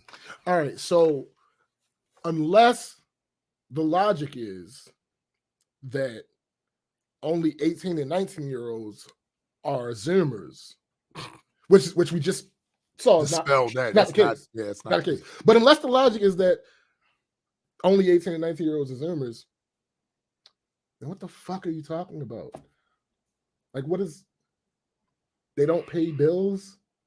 At the very least, and you mentioned specifically gas. What? 16-year-olds don't have jobs and pay for their gas? Right. 16-year-olds don't. Like 17-year-olds, 16-year-olds, they don't do that. Facts, McKenna. Facts. And everybody was mad. No, that's facts. That's facts. Everybody was mad for the wrong reason. The guy that invented insulin sold it for $1 for a reason. Yeah. And it wasn't for profit. No, it was to save lives. These motherfuckers inject that shit 1,000 times. But go ahead. Mm-hmm. But yeah, like what? I don't agree with many of Neil's personal takes, right? Mm-hmm. But I saw one of his TikToks recently where he mentioned the whole simulation thing, and he still wants someone to convince him that we're not living in. I might be starting to lean towards him because clearly this can't be reality. This can't be reality. Well, see, the problem. Facts, McKenna. Yeah. Facts. She says, hello, I am Gen Z and I have a bachelor's and pay my own bills. Facts. Facts. Like, yo, it's dumb. It's this cannot be reality. But see, that's the problem with the attempt at debunking or dispelling the idea of simulation because things are so fucking dumb and that it's like, come on, yo, this is a scenario somebody cooked up in some goddamn headset. No way this is actually no. You got me. Currently, I am attached to some machine in the real world experiencing this bullshit. Or this will twist your brain up. What if all of us are actually one guy or girl? We are Legion? We are different aspects of that. We are Legion, for we are many? What if when that girl or that guy wakes up? Oh, nigga, it's over. It's over. It's over. Everything's we are just different aspects of. No offense. Yo, because here's the worst part about it, right?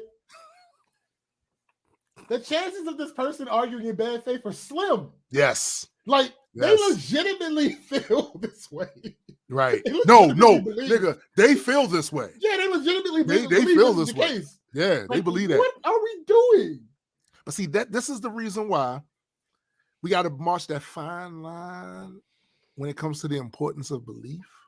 Because while beliefs do inform actions, you're going to act on the shit you believe to be true. But on the other side of that, we should not be given undue legitimacy to false beliefs. Like, yo, this is wrong. This is untrue. And just because you believe it. I like that word legitimacy. Yeah. Because for matters of order. Order. Maybe that should be left out. Maybe, listen, just because you believe in something fervently and passionately does not make that thing true. No. That's why I don't like when I see people mislabeled as truth tellers.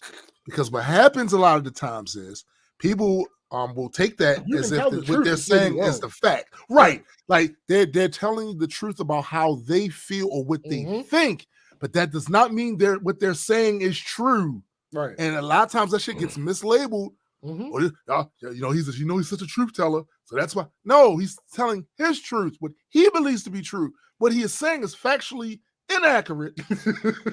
And by y'all lending legitimacy to it, what you're doing is causing this false equivalency between what is and what is not.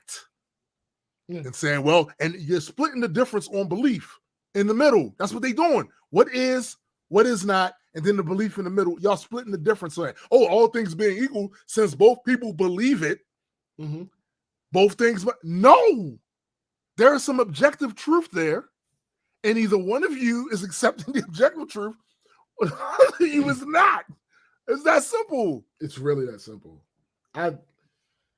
Anyway, moving on. The next candidate for dumbass of the week. Here. Oh no. No, not this time.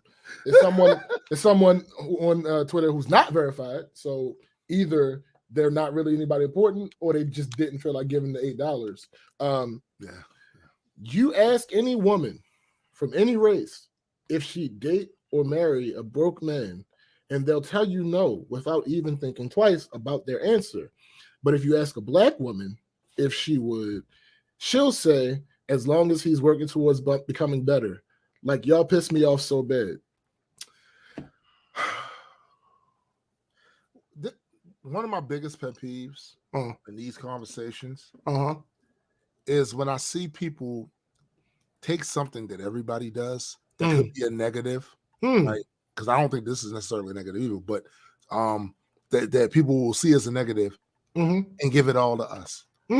Like every group kills more of their group than people outside that group, right?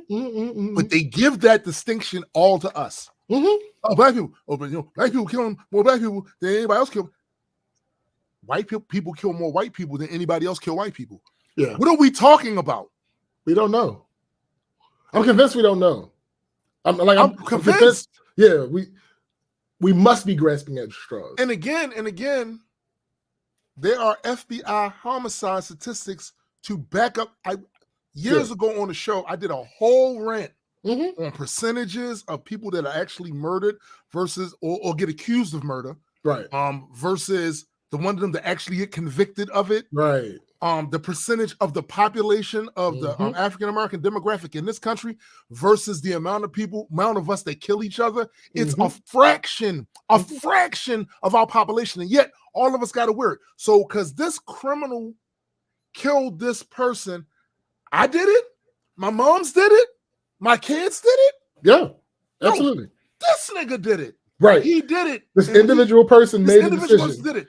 So why are you trying to toss the blame for that in my fucking lap? Yeah. Well, let me read some of the responses. So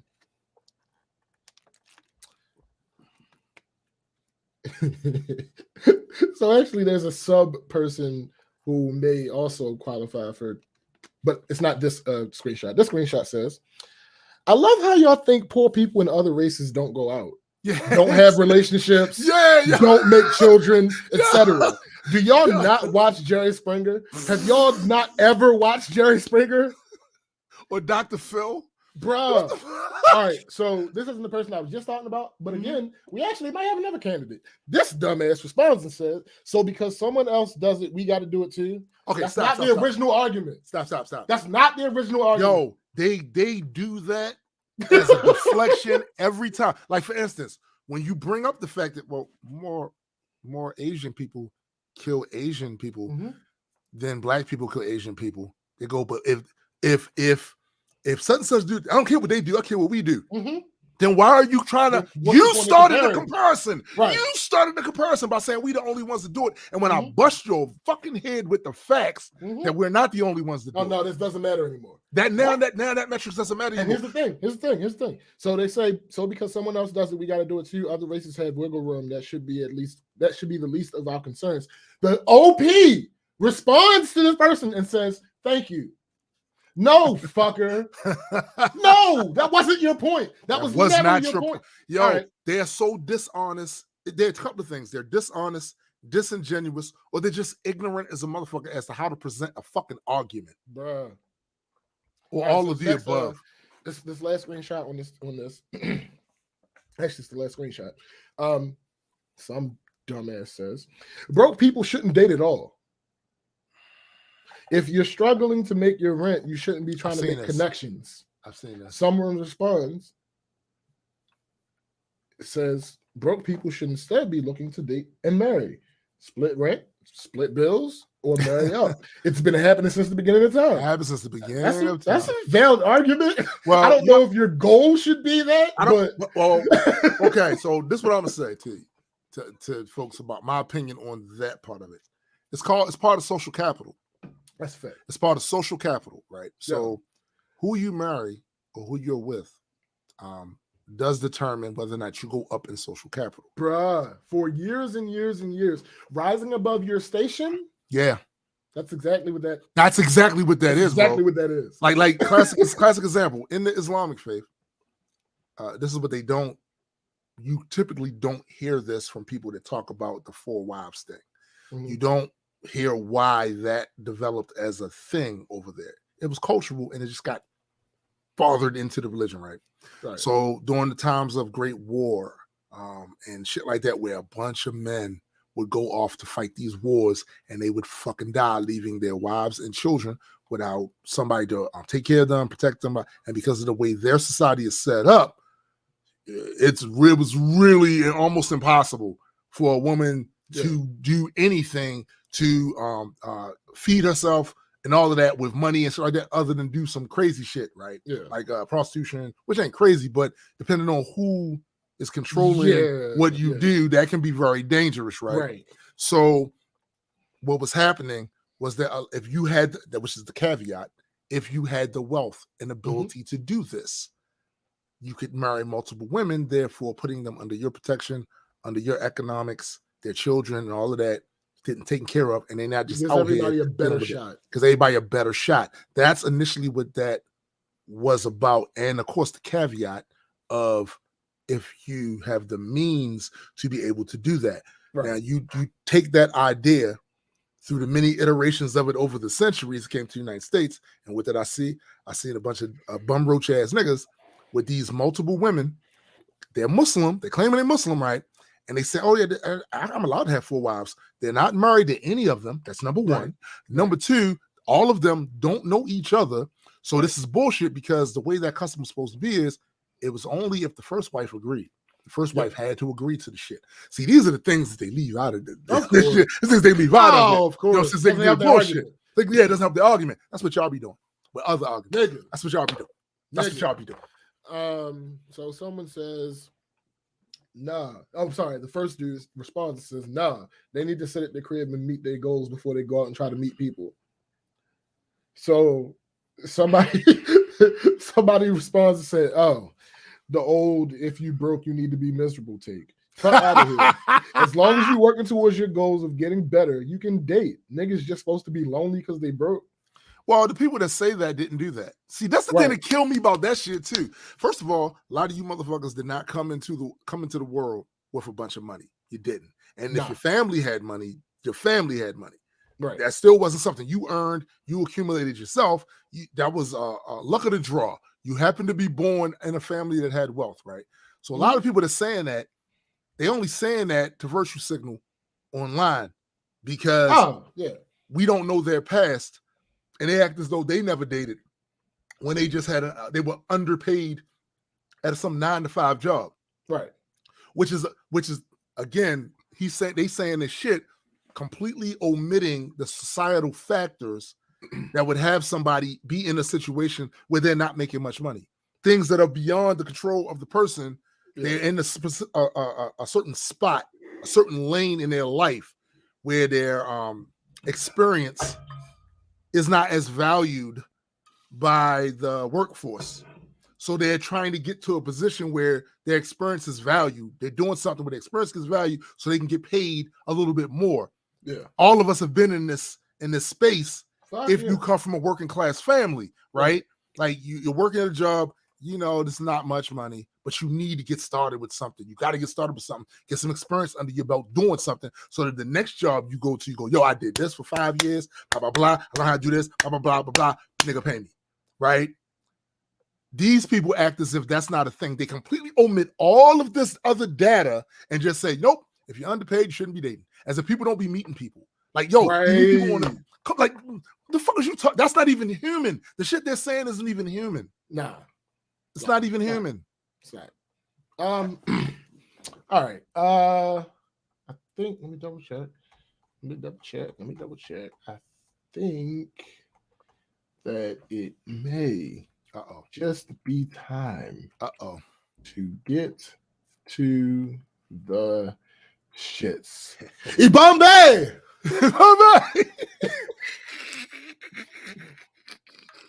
All right, so this is how I want to start this off. Mm-hmm. No spoilers. No spoilers. We're not giving any spoilers. Tim and I have always been of the thought that after Chadwick Boseman passed away, it was absolutely fine for Marvel not to recast that character. I would take it a step further and say I did not want. I didn't either. Not that just that it was fine. Keep it real.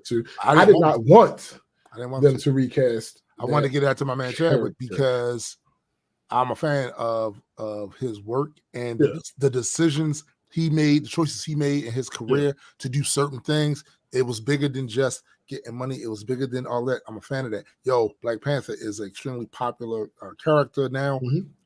He helped do that. Let him. He can be that. Let him be that. So we were aware of a movement that was trying to recast T'Challa. But unfortunately, the way the internet works, the movement that we encountered was the toxic people who had co-opted what the original like they always do, bro. And we didn't even know what the original movement was. Right. I have stumbled across the person who started the movement. So I'm going to play this clip from him. Let me get it to the first. Hold on. Make sure I get it to the right spot.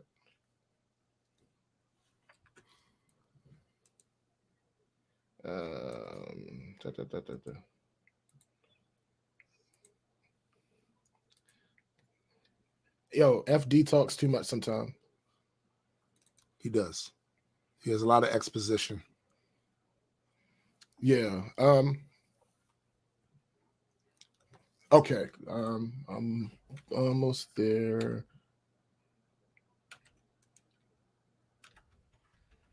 Oh. All right. So, yeah, I think I'm at the appropriate spot.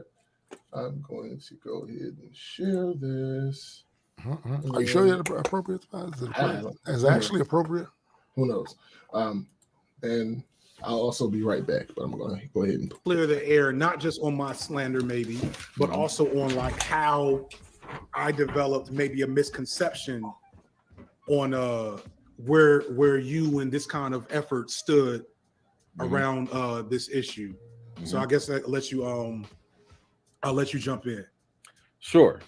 So first and foremost, thank you for having me on here and having this conversation, this dialogue, because counter to some people's perception, they thought that I was trying to have Disney bend to my will and just have the fan demand like take over. And it's like, nah, actually, I wanted to open up a conversation about Black representation and the significance of the cultural impact of Black Panther, more specifically T'Challa.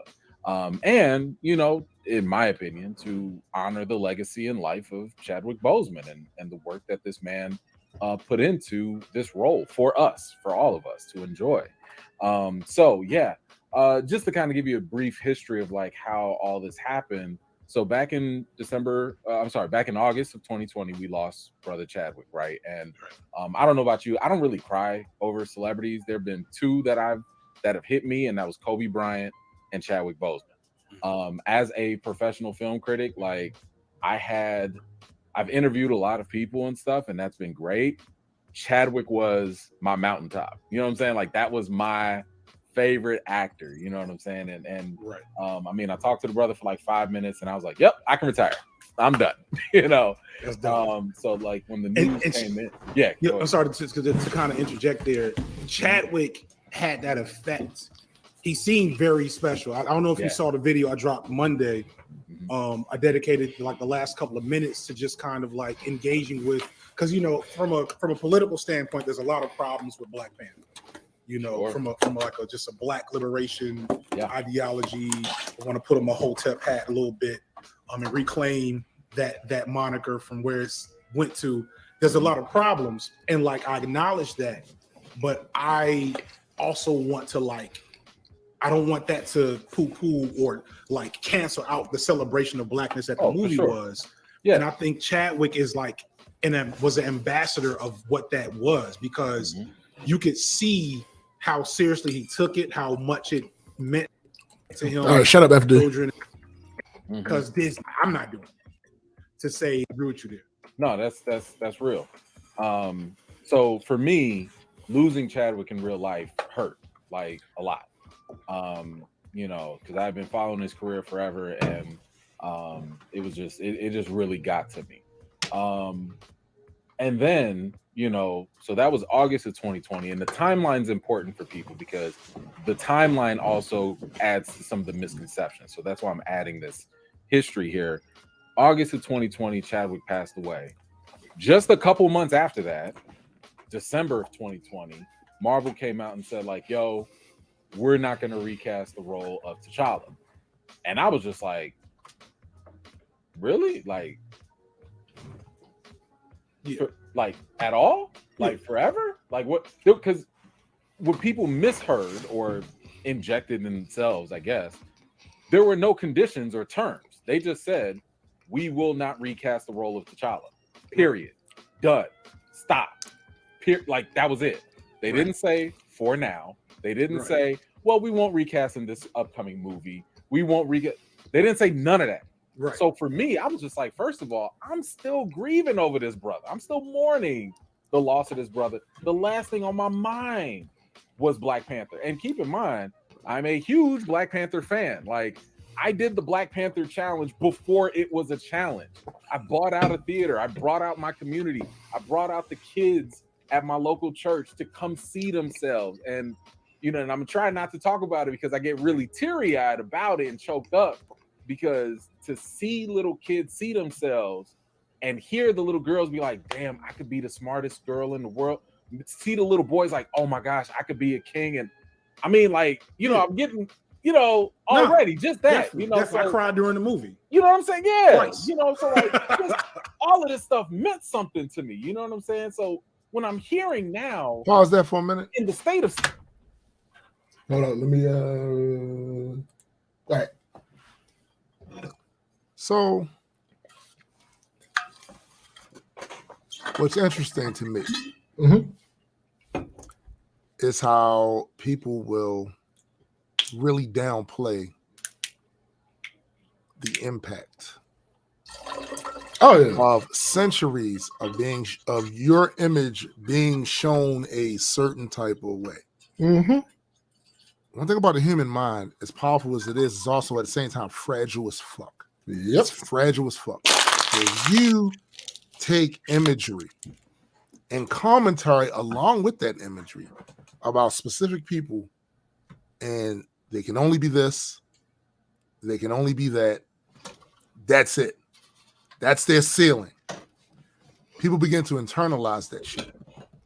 Even if they think they're worth more, they'll begin to believe that the society won't allow them to be that. One of those two things. Either they feel worthless and can't do it, none of us can do it, or that the society won't allow them to do it. People underestimate the importance of being able to see an image of yourself or somebody that came from your near identical conditions doing great things. People underestimate that. And typically the people that underestimate that are the ones that never had that issue. They never had that issue. They were always seeing representations of themselves doing great things and doing bad things, because it has to be a balance, right? Right. Typically what was happening was we were being shown basically doing bad things all the time. Yes. Or things that are considered to have less value, less importance, right? Oh, we were the butler. No, that's great. Right. You know what I'm saying? Even though there's honor and all work, but you can see how centuries of this, right? How that plays into the psyche of a group of people. People underestimate that. And I think one of the reasons that people went all out when that first Black Panther movie came out, they went all out for it. It's because this was the first time for many of them where they could take their kids, other family members, whatever, to some sort of entertainment that presented Black people, people of African descent. Yo, I say in one of the deeper dives that I put out, and I did not realize it was true. I wrote it, when I wrote it, it was like, what's the word? When you're just saying what comes to mind. Yeah, you have a stream of consciousness. Yeah, stream of consciousness. I just wrote it stream of consciousness. I had not like it hadn't like solidified. Right. Black Panther is the first African American centered blockbuster to come out of the United States of America. Yes. You know how crazy that is as a sentence? Yeah, and Hollywood's been around over 100 years. Nigga. Now, Special Space says it sounds more like he was afraid of losing black. All right, hold on. I wanted to respond to that. So Black women represent us too. Yeah, I'm about to say Special Space. So the argument there and I'm not arguing with you, but the argument there being that the next Black Panther movie that they put out was going to just have a bunch of white people there. Yeah, there's a larger conversation in our community about how for some reason they're like a lot of the chauvinistic stuff in a larger society, it bleeds over into our shit too. Where only black men can represent blackness. Whoa. Discord, that is a disingenuous argument at best. You are saying how many times has one individual black person played God? Yeah, no, that's that's not George Burns played God a lot of times in the old God series. More than Morgan has played God. Also, pretty much every movie from Egypt where they're talking about these type of things, it's white people. Not even Arabs. Like not even Arabs. They won't even put Arabs. No, he said he was joking. He said he was joking. Just wanted to make sure. Yeah. Such a Space said, yeah, you're right there. It was specifically in reference to Black Panther 2. And that's what I'm saying. Like the argument that Chadwick not being recast does something negative for black representation overall is specious. It's not even, it's dead wrong. Because again, Black Panther 2 was a movie that we knew was still coming out. The argument, for that argument to be true, Black Panther 2 would then be filled with a bunch of white people. Yeah, and none of us. That was never going to happen. Right. That was never in jeopardy of happening. It was never in jeopardy of happening. And again, like I said, the idea that black women cannot represent the black community is what I've been arguing against for the people that have been coming up with these. I was raised by a black woman. I was raised by a black woman too. I was raised by several black women. Yo, like literally most of the good things and progress I've made in my life have been at the hands or the decisions or help that I've gotten from black women. So when I see like I said, this is a conversation that is specific to our community right now, because there is a segment of the males in our community who have this resentment towards the women in our community, right? And they have positioned themselves as victims, and it's the women's fault. And the shit is crazy to me because being someone that comes from one of the most troubled areas in the country, I saw who was making the neighborhood hot. Me. And all other guys around there. And I saw also who was raising the kids. Because, and why? The dudes left or were abusive and she had to leave. But here's the thing, but wait. We need not go that far. In this country, since been pimping, the woman has raised the kids because the man was out of the house for one reason or another. Facts. It doesn't matter if it's for crime reasons, doesn't matter if it's for legitimate reasons. And the man was out of the house. And ours is a little different because, so yes, those other demographics, the man was out of the house, but he came back. Right. He was working, he came back. Yeah, that's the difference. And his influence was still exerted upon the kid, even if it was rarely. But even as a construct, wait till your father get home. Right. That sort of thing was still a thing. You know what I'm saying? Where in a lot of our cases, in our neighborhoods, like that wasn't the case. These dudes was just bouncing. Right. Bouncing. And it's like, you're telling me that the people who held the neighborhood together when a lot of you niggas was tripping, you telling me they can't represent so why did you feel a way to see this movie centered around the black female characters in the like they're not black, like somehow there's something it's not relatable to me. And it's more than just the fact that I have a daughter. Right. I was thinking like that before I had a kid. I don't got no daughter. That's ridiculous. That's ridiculous to think that, and for a lot of these guys to take it that far, to me, they were revealing things about themselves. Yeah. You have resentment towards black women, and it's showing in a lot of your takes. That's why it was interesting when you presented to me this take, because the only take I knew about that before was The toxic ones. Yes. They trying to erase black men. There were 32 black men in the trailer. let me get to that point where he addresses that, if I can find it. Still green years. Right. I'm interested. Theater person. Yeah. He wasn't just like a good looking brother that do think of that. So look how that what you want. I was hoping initially for an immediate recast that you know multiple dimension stuff. Like clip this. We're gonna get the new T'Challa within the next point. Let's keep immediate recast. Yeah. And what I heard were the other some other conservative-ish Black Manager type figures who were saying the reason why they didn't recast. This is also true, Discord. Get woke, go broke, rhetoric, etc. And that's why my response was, "What are y'all talking about?" We have, so I would agree, and I think that's something we'll get into in a second. That like representation of Black men in the media is not great. There's a lot of problems, but I would argue that those problems are like triple for Black women. And so the idea that we would get a Black Panther movie. So my theory, don't say nothing, don't wink, don't give me no tails. I don't do spoilers. Good. My theory is we're going to get 3 different Black Panthers in this movie.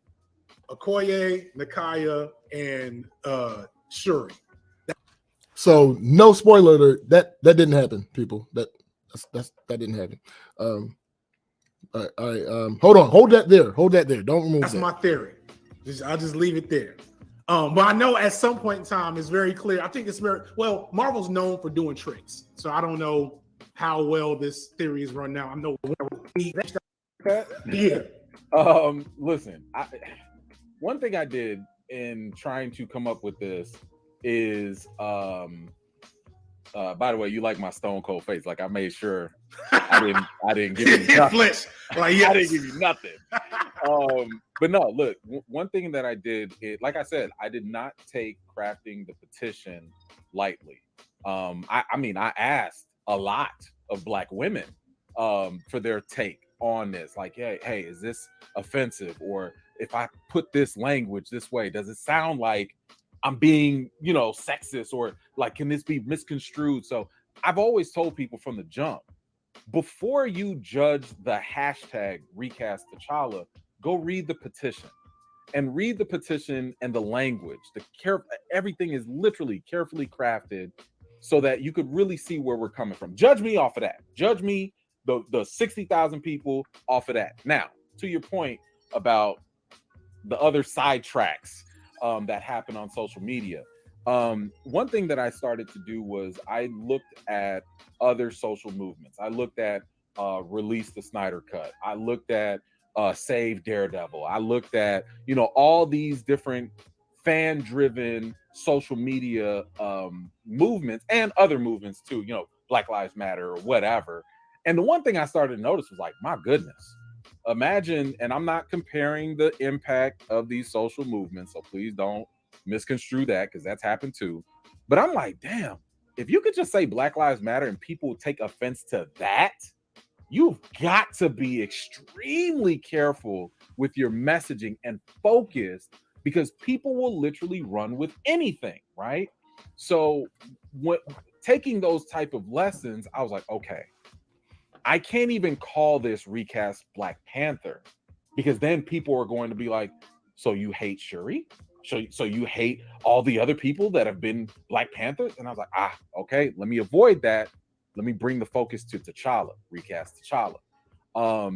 And when I say that it's not preventing anyone else from taking up the mantle, it's actually because I have no problem. I love to see some other person take up the mantle. And in the comics, Shuri does take up the mantle. But one thing that I've said is that I actually want to see both. All right, we're not doing that. So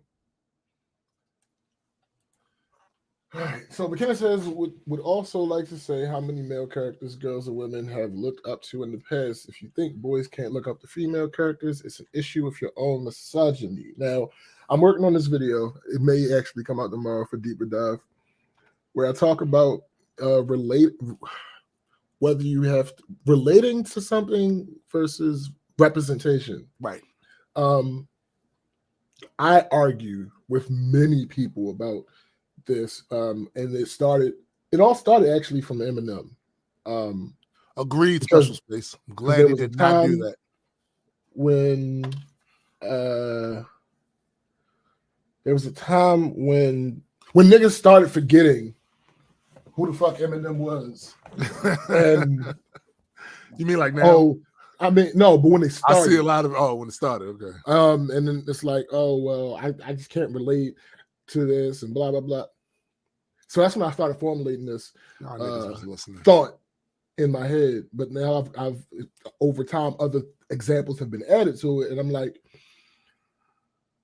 the argument that you can't relate to something and that being the sole reason why you don't like it is ridiculous. It means that you lack imagination. Yeah, it's ridiculous. That's absurd. Yeah, and we know that's not true. Right. We know that's imagination, not true. And it means that you lack empathy, because there's no way you do not relate to every. I had this argument on here with Addy before. Mm-hmm. You don't relate to everything that you like. No, you don't. Not realistic. My guy. I absolutely love the Supernatural series. Right. There's no way that I, from an experience standpoint, can relate to two guys from North Dakota or Kansas, wherever they was from, that was on the road all the time chasing and killing monsters. What's relatable as far as my personal experience? But I was never a reporter for some newspaper company. Right. And I was never brought here. I didn't grow up in Kansas, and I was never brought here from a spaceship, and landed in the Kansas cornfield, right? And was raised. But I still like Superman. Like, yeah. Please stop the bullshit. Here's the thing. It was Kansas, McKenna.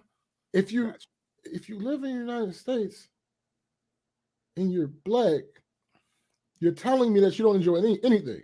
Because most of the stuff here is not. I know exactly. You're telling me you don't enjoy anything. Yeah, that's what you're telling me. Because most stuff here is not centered around you, nigga. What? It's not centered around the you. The vast majority,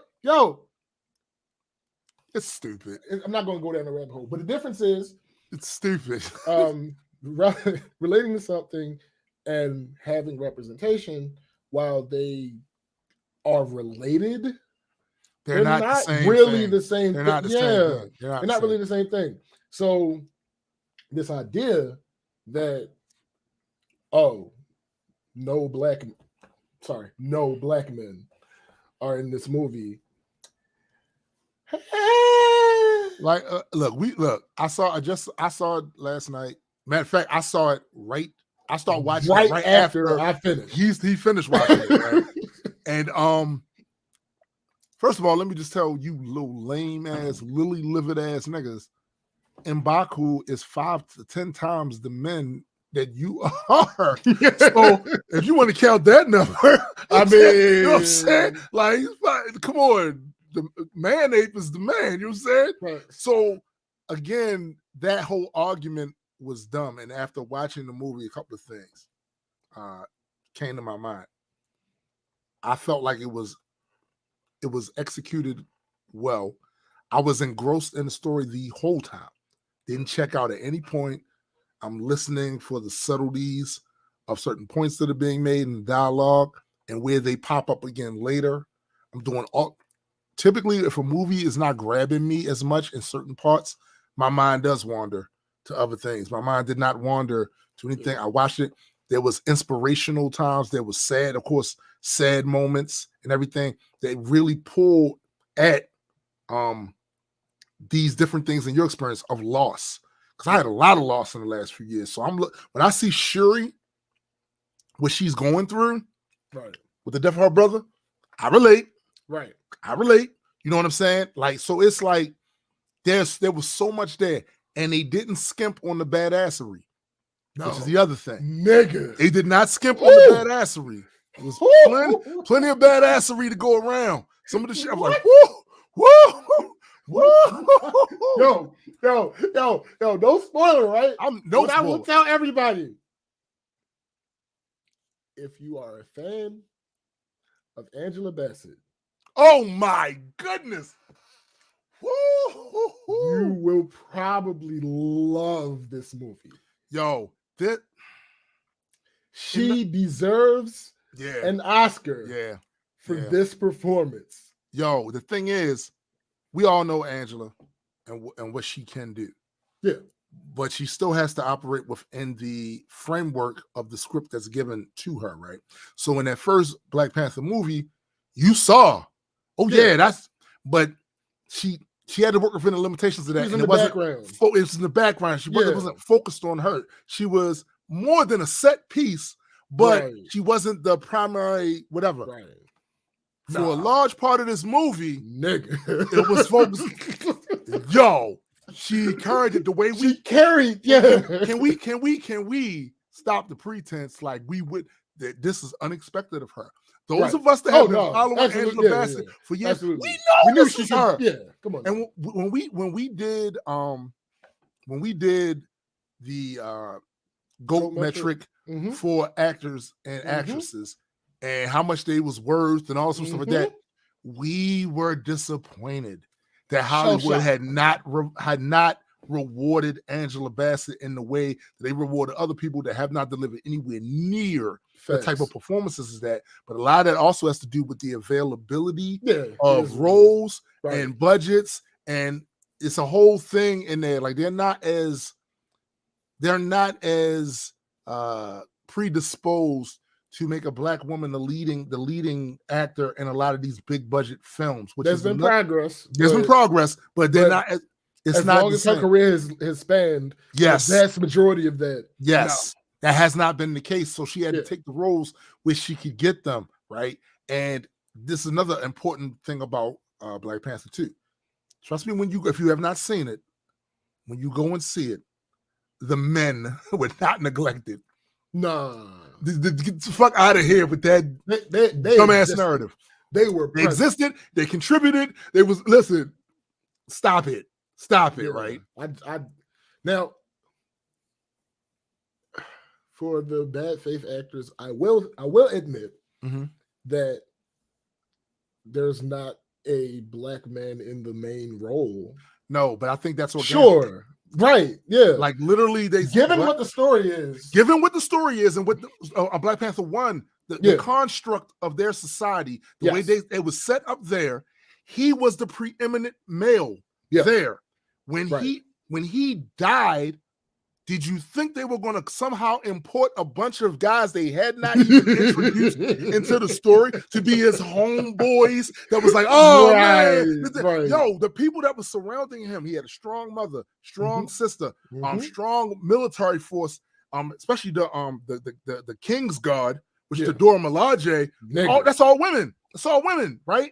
So he did have a homeboy. What's the face? Kalua. Yeah. But Kalua turned on him. Yeah, turned on him. He turned on him. You know what I'm saying? Oh my God. Wait, yo. All right, listen. Everybody. There's a line in the trailer. We know that Marvel has been doing this for years. Yes. Where they put things out of place. Yes. Purposely, yes. So they won't necessarily like ruin anything. Because y'all for years made the complaint about all movies, not just Marvel, that they show too much in their trailers. And then right on cue, when a company decides they're going to do something about, we hear your complaints. So we're going to kind of switch things up so you're not giving the blah, blah, blah. I heard why wasn't this in the movie? Y'all lying about why wasn't this in the movie? You can't win with it's no way. You can't win. You can't. But yo, when y'all hear this line, the scene that this line is in, y'all will know exactly what I'm talking about. And nigga, oh my, give her right there. Give her an Oscar. Yo, I'm gonna tell you, man. It was so many parts where specific actors had their moment of rhetorical shine. They did that very well. They allowed them. They get your shit off. Get your shit off. Get your shit off. Oh, that's not the thing. Before we move completely away from the recast T'Challa thing, that was the other thing for me. not only was, well, all right, a couple things. Let me say all my shit about that. Right. So one, again, I didn't want T'Challa to be recast. Me either.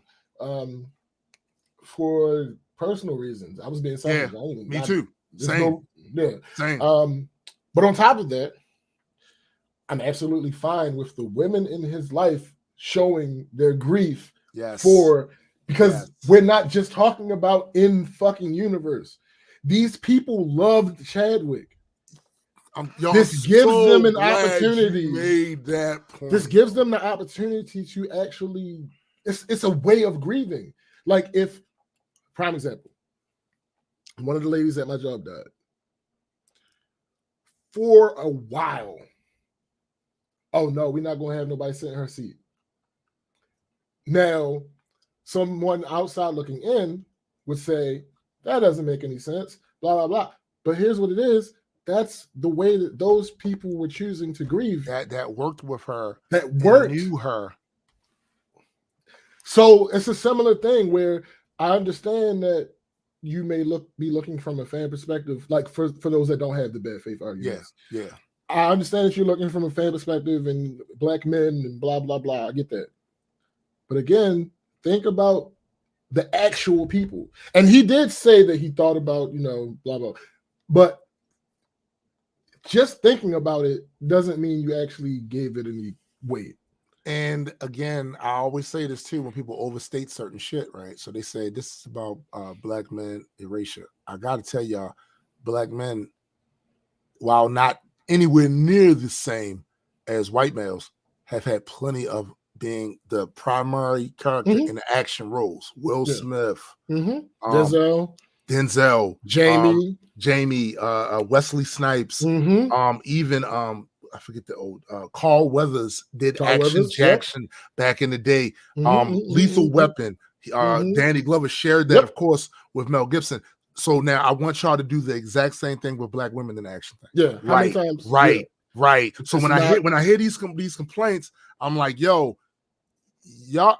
As much as I was being selfish because of being such a big fan of Chadwick, and I want him to have that, and warning him, I wanted him to have that. He's Black Panther. Fuck that, right? As much as I was being selfish, you were being selfish too. You were being selfish about that shit because you did not think about the people. Y'all, I don't know how many of y'all watched the promotional build-up for the first movie where they were going on the interview tour. Watch it. Typically, what you see is actors giving their little phony, very Hollywood take. Oh, Jesus, such a great. He says this, that, never. That is not the vibe. Not what happened. Yeah. You got with them. They got they got together. They loved each other. Outside of just this, that shit felt like family because they knew that what they were doing hadn't been done before. That tends to draw people closer. The end is, yo, if we fail at this, that's it for us. But if we pull this off, and that pulled them together. And then for him to die suddenly like that, for a lot of these people who did not know that he was even sick, right? What do you think that did to them? Do you think they just got over that in a month? I heard somebody say, how many trips they going to do? Nigga, this is the one. Right. I'm about to say there was what other trips? What other trips? You saw some little collage video that Disney put out, that's not the same thing. No, not at all. That's not the actors and the director and Discord. The people on set. Jackie Brown.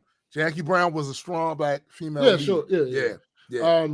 But that's not the actors and the directors and the costume designers and all those people. That's not them doing tribute. Exactly. That is the studio acknowledging, and there's nothing wrong with what that. You would see when a wrestler dies. Yes, that was WWE. WWE do the exact same thing. They do the exact same thing. They do this collage of images that hallmark their life. And they have some testimonials from people that knew him and cared about him. And they got this sad music around there and all that. And some of it's very well done, very well produced. WWE's been really good about that sort of thing for years now, right? Very well produced. This was their way of doing that. And to me, what doesn't make sense, again, is to expect that the premise they built up in that first movie, him surrounded by all these strong women, that somehow the focus wouldn't be on their grief when he died. That's wild. That's wild. That's a wild take to think that all of a sudden his homeboy. Look, what you wanted to bring back some of the people that was killed in the first movie, right? Wanted to bring them back. Oh no, actually I was alive, and I really do miss. Right? Like what are you doing? No, what are you talking about? The people that was most important in his life was his dad. His dad passed. He's gone. So who was left? His mom's, his sister, the general. I love the way they say the general. You know what I'm saying? Like these were the people in his life. Left were Ramonda, Shuri, Nakia, Okoye. These are the main. These are the main. Yeah. These are the mains. So you thought this wasn't going to revolve around their grief? You're bugging. You're bugging. It's a stupid expectation to have. Here's the other thing. Not to say that this isn't really necessarily about recasting that character or not, but y'all gonna stop acting like each of these movies are individual things that have nothing to do with the other. Please hit them with that. I'll be right back. Let me go through this. So this is the end of phase 4. This is the last project, I think. I don't know if there's another show that's going to be, but I think this is the last project of phase 4. Each phase has some type of theme or interconnected idea that goes through them. Some of them are small, like for instance, phase 2 had a thing where like in every movie somebody lost an arm or some shit like that. That's a Star Wars reference. Or whether it be something bigger, like phase 1 being like the phase that like introduced and started building the world. So let's go. let's look at phase 4. Phase 4. What is phase 4 about? Phase 4 is about loss, grief, and rebuilding. That is what phase 4 is about. Loss, grief, rebuilding, or moving on, moving forward. How so? First movie in phase 4, Black Widow. We're dealing with, as fans. Let me go back over that for Jonathan Kang is coming. let me go over some of that again for a team. Okay. Every phase has things that tie them together. Facts. Whether it's something huge or something small. Whether it's something small as phase 2, everybody losing their arms, which is a nod to Star Wars. You so dumb. It's a nod to Star Wars.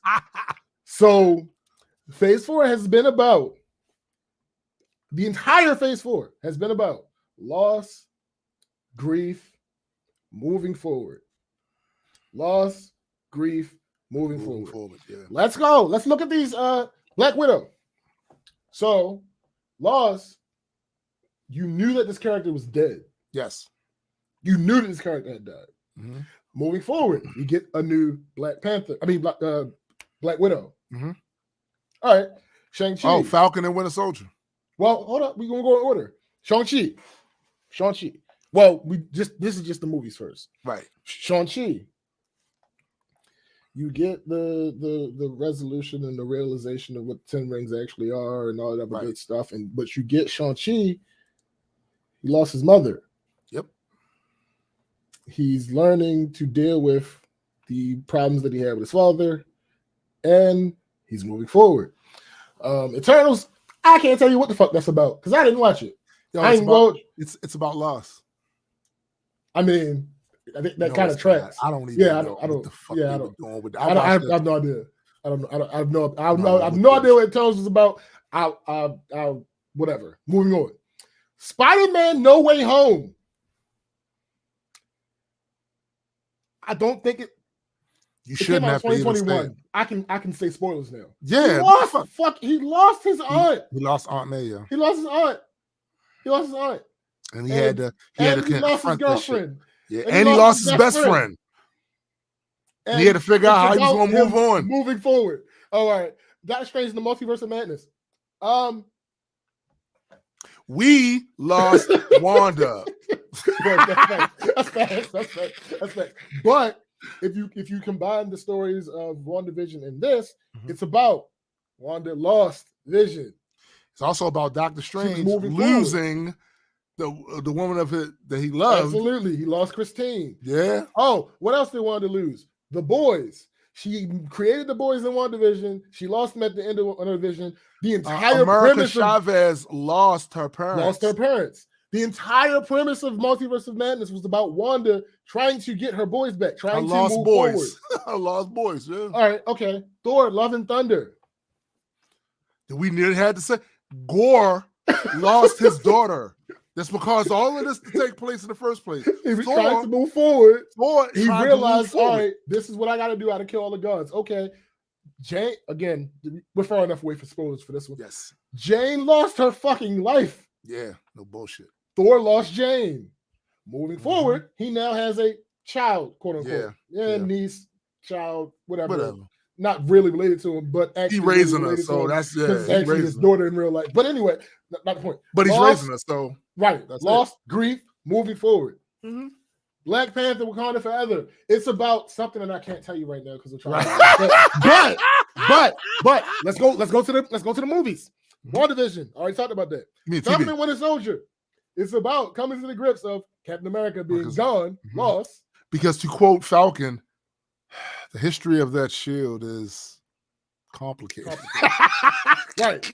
It's about moving forward with a new Captain America. Yeah. Also, we found out that Bucky is going to be in the fucking Thunderbolts. So that's another thing moving forward. Okay. Loki. This version of Loki finds out that what eventually happens is that he loses his entire world. Mm-hmm. His mom, his brother, all of them are gone, up in smoke. Yeah. And he has to confront himself with that. Also, Sylvie lost her entire world. That whole timeline is gone now. And she was snatched up out of that shit. Then Morbius, Morbius, what was his name? Was it Morbius? It's Morbius. Yeah. Morbius, he finds out that he's a variant. He didn't even know. He lost all of his life history. Mm-hmm. And now, Hawkeye. Hawkeye's dealing with the loss of Black Widow. Yeah. And moving forward, he's introducing Kate Bishop, who's dealing with the loss of her father. Yeah. It's almost as if there's a thing. Yo, Disco said Wanda lost her mind. Well, I mean, hey, listen, I ain't even gonna hold you. Yo, McKenna, Loki lost his own life to Thanos in the last timeline. That's a fact. That's a fact. Moon Knight. Now, Moon Knight is you can say he lost his mind too. I mean, he did effectively lose his mind. But actually, he kind of lost himself too. Yeah. But Moon Knight's a little more abstract with the lost part of it. Yeah, I'm gonna have to watch Moon Knight again because that shit was dope, yo. It was dope. It was. Also, that's funny, Jonathan. Also, Hawkeye did lose his hearing. It's true though. It's true though. It's true. But I think his hearing was already gone. Yeah, it was already. They introduced him to us in Avengers. Yeah, it was already a little. Funny. Thor. Yeah, Thor.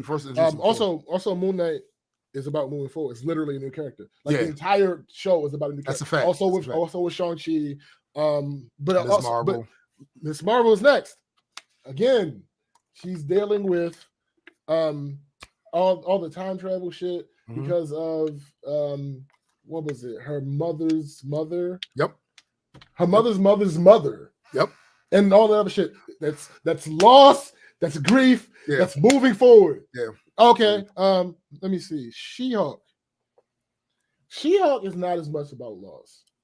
One might argue she lost her previous life. That's true. That is true. She lost her previous life. She was a lawyer. She knew what the fuck she was doing, all that, and then all of a sudden, this shit take place, and now she had to readjust, literally turn upside down, literally, and had to move forward with trying to find a new way to live with these powers, these abilities, and the perception that people have of her. So, yeah. Also, again, moving forward, completely new character to the MCU. Werewolf by Night. Again, the lady, she lost her father. Yeah. Also, Jack Russell being introduced, Swamp Thing being introduced. Yo, I think Werewolf by Night is an underrated ass Marvel property, because when I watched it, because me and my brother grew up watching these old school monster movies, right? So that part was cool to me, but also the introduction of Man-Thing is crazy. The introduction of Man-Thing is crazy. Yeah. And I'm so interested in seeing what they're going to do with him. I wasn't too much worried about the Wolf dude. Yeah. Like I never was a fan of the Wolf dude in the comic books. Sure. Didn't read the books. But Man-Thing, it's gonna get. But I do think they did Jack Russell pretty. No, they did it really good. Yeah. My only complaint was the choices, the effects people did with the makeup with him. They made him one of the old school werewolf designs. Like if you look at the old Wolfman shit with the hair that comes down around here and caps, like they did that. And you look at some of the newer werewolves, they're more like wolves that stand on their feet. They're more bestial, bestial. Here's the thing: you say it was underrated. I think it was underrated and overrated. Because I'm not a fan of that. That old horror movie. I'm not a fan of that. So it didn't hit me the way that it hit some people. So, but I don't. It wasn't bad in any way, shape. It was still good. Right. This is not your genre. This is what we talked about earlier. When there are certain genres that they're going to do, because they're making genre films. Certain genres they're going to do. If you weren't interested in that, I get a classic example. If Marvel makes a Fast and Furious type genre movie about revolving around cars and shit, I'm not gonna give a fuck. Sure, I'm just not, because I don't. That's not something I'm into. You know what I'm saying? So, it is what it is. And so, mind you, we just went through the entire Phase 4, except for Black Panther and the Guardians of the Galaxy holiday special. Which I can't. Holiday special hasn't come out yet, so I can't tell you that part. Yeah. But we do know that this is the second to last Guardians project under this team. Yes. And we do know that James Gunn is now running DC, which is nigga. We might be getting some. And now I'm gonna tell you how much somebody being in control, certain people being in control of properties, really affects the quality of the property. Oh, we about to see that firsthand. We about to see that firsthand. Shit's about to change, yo. Change. Listen, I'm here to tell you right now. The people, and me and Cyrus actually went over this before on the Medicine Butte show a while ago. Initially, the people that were running that Warner Brothers thing that was dealing with the DC property, they're asshats. Yeah. They're asshats. And they were fucking it up because they were basically getting in the way of the vision of a lot of the directors. They were effectively Bryan Singer, though. Like they were, yep. They just didn't care enough about. Here's the thing: if you reward the fans reward you. It's that simple. It's really that simple. So they wasn't really on that. They was basically trying to game the algorithm. They was doing all kinds of little shit. And then, like I said, interfering with the creative process. You motherfuckers have never made a film in the sense of you're a director, you're a producer, you're a cameraman. All them motherfuckers are just businessmen, executives that are good at looking at paperwork and numbers. Yeah. Get the fuck out the way and let the creatives create, right? That's that simple. It's that simple. And simple. Like, if you look at WWE, for a long time, WWE, people was considering to be stagnant.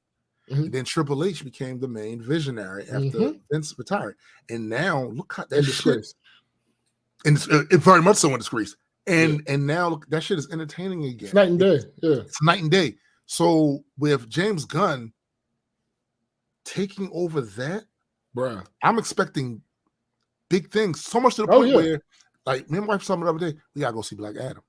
Oh, you ain't seen it yet? No, nigga. We gotta go see Black Adam. I will say this. It is the single most. It is the one movie that Dwayne Johnson has starred in that actually makes the most sense, given what he does in movies. Right. I can say this without spoiling it because literally the fights that he has in normal movies are unrealistic as fuck. Yes. But that's his style that he's, and he's a former professional. Right. It's his style that he's cultivated over the years. That's true. It's true. But now it works. It makes sense because he has superpowers. He has powers now, right. It makes 100, like there's not, because with certain things you watch, you have to suspend your disbelief. Yeah, absolutely. Outside of the fact that it's supernatural shit, you don't have to worry about the extra layer of having your disbelief for Dwayne Johnson. Oh, he has powers. He has fucking powers. Powers. Yeah. And to be clear, he put somebody upside down and have nobody, a grown man, have nobody ankle, and then punch them and they flip. Oh yeah, his powers. Yo, to be clear, a lot of the stuff Dwayne does in those other movies where he's not supposed to have superpowers, it's not very unlike what Arnold Schwarzenegger was doing back during the 90s and 80s. Like, he's a big buff dude. So I'm strong. So that shit gets exaggerated. I'm strong. So I'm exaggeratingly strong. Like it was the one scene in was it Commando? I think it was Commando where he had the guy upside down by his ankle over the bridge. He was like, "This is my weak arm. You better tell me what I want to know." And guy told me to know, and he was like, "Sully, remember I told you that I was going to let you live? Yeah, that's what you said. I lied," and then dropped him. Like he held him the whole time for that conversation. That's a long ass conversation. Weak arm to be holding someone full-grown size man. Right? Come on now. Come on. Like so, but again. Black Adam has these type of scenes, and it makes sense. He's a fucking superhero. Yeah, he's powerful. Yo, listen. The argument that I heard about Black Adam going in was that it does not have enough action. I would like to offer to you, those people had to have fallen asleep. Yo, that's crazy. I saw some, I can't remember who it was posting in the group. Saying that no, actually it's action packed. When I first saw that comment, I was like, nah, yo, action packed.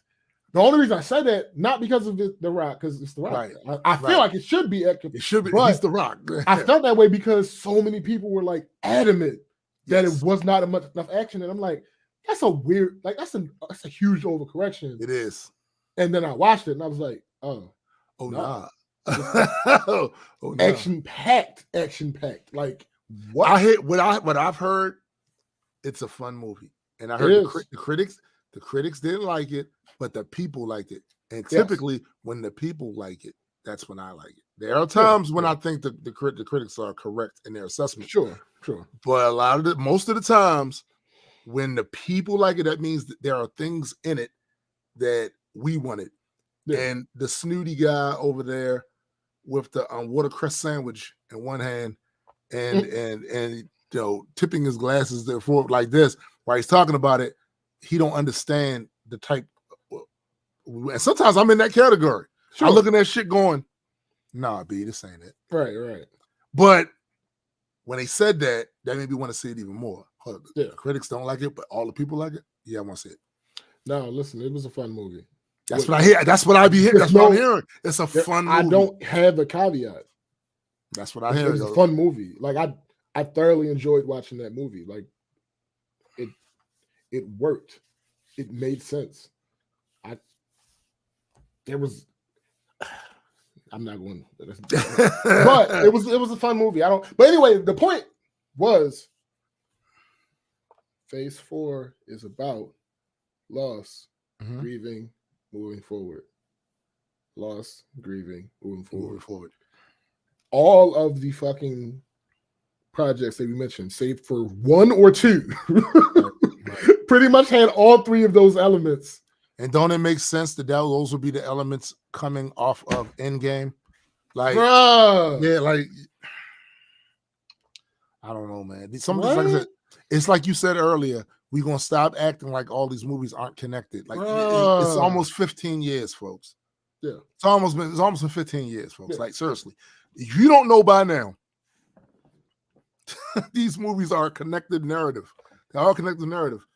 I should not still be having to explain that to some of these chuckleheads. No, and yet here we are. Yeah, and yet here we are. Here we are. And I gotta say, yo, like for all of those that have not seen Black Panther yet, I envy you. Your first time going to see it, because I'm definitely going to go and see it again. Oh yeah, I'm going on the 20th. Definitely going to see it again. It was really done well. When I hear people, I only seen really one person complain about the pacing, and I was like, "Where?" I didn't feel that. I didn't feel it. And I'm especially sensitive to pacing. Yeah, like you know what I'm saying? I didn't feel like it wasn't long. Right, it was long, but I enjoyed myself. Yeah, like at no point did I check out. No, at no point did my mind drift to something else. I was very observant about the things that were being said, and like I said before, connecting them back to things that were said previously in the plot. Oh, okay, bam. Oh, damn, this. Bam. Oh, damn, that's crazy. Like that sort of shit. And Winston Duke. I gotta give Winston Duke a whole bunch of props, bro. Like the way they elevated his character in this movie, to me, I feel like you can tell he knew this one was for all the marbles. It was coming back after Chadwick passing. The man got even more bulked up, and I saw him on his Instagram during that time period where he was doing these little fitness that he was getting. Winston Duke was already a big dude. No, he's a huge dude. Big. Yeah, but and now, yeah, he's monstrous. Yo, he's absolutely monstrous. Yo, I will say about his character, one of the things that I am happiest about, because we're talking about continuity, is that they kept the vegetarian thing. Yes, yo. Yes, they did. Yes, they did. Walking around eating a carrot. Yo, he was so regal, yo. In his way, like he was one. He reminded me so much of a Viking lord, like that. I'm gonna fuck you up, so don't play with me. But I'm not the brash young guy that do foolish shit. But you can get me there, right? If you annoy me, you know what I'm saying? Like he has so much of that. Like yo, he really stepped up that character for this movie. He served a lot of purposes in this movie, and that's why if you hear certain criticisms about certain things that may have taken place with him, his engagement with certain characters, it's cap. Yeah, it's cap. It's cap. That was a wild argument. It's a wild argument. It's what was supposed to happen. That's exactly. There's no scennario where that wouldn't have happened, yo. Yeah. Like, come on, man. Come on, man. You do realize that if M'Baku had fought Killmonger in the first movie, he'd have lost. Oh, hell yeah, he would have lost. Because Killmonger's the big bad, right. He's not only is he just the big bad, but he has the power of the Black Panther. So unless it gets stripped away, right? M'Baku that ass. On top of having the power of the Black Panther, he's a CIA trained nigga. Yo, special ops. Like, what are you talking about? So, also,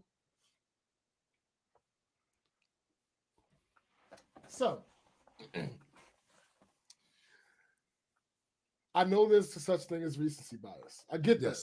Yes. I get that. I understand all that. Fuck it. Doesn't matter. We'll do it live. Rank for me your top 3 MCU directors in order. I can't, because I don't always be remembering who directed what. But I know Sam Raimi, James Gunn. That's number 1 to me. No. No, it's not. The brothers. Russo brothers. The Russo brothers. Then James Gunn. This is MCU, strictly MCU. Mm-hmm. Strictly MCU. And Sam, I love what Sam Raimi did, yo. I really love what he did. But wait a minute, the Russos did Winter Soldier, right? Yeah, that was their first one. All right, hold on. Josh Whedon is on the list only because of the first Avenger. Like, yo, you only got 3, nigga. I know, but I'm trying to settle. I was going to go 5. You want to go 5? No, we can stay at 3. My top will be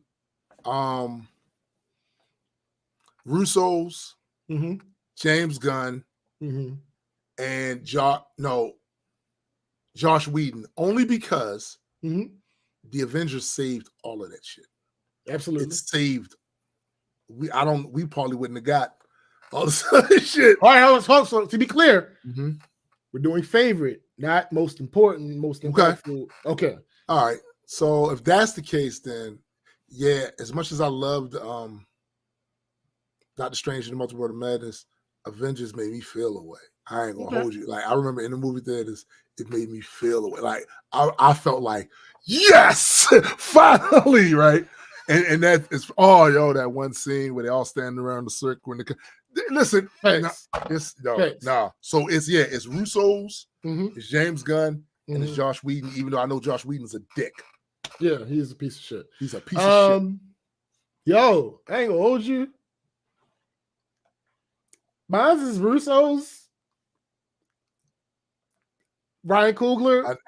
I'm not mad at you. And then James Gunn. I'm not mad at you.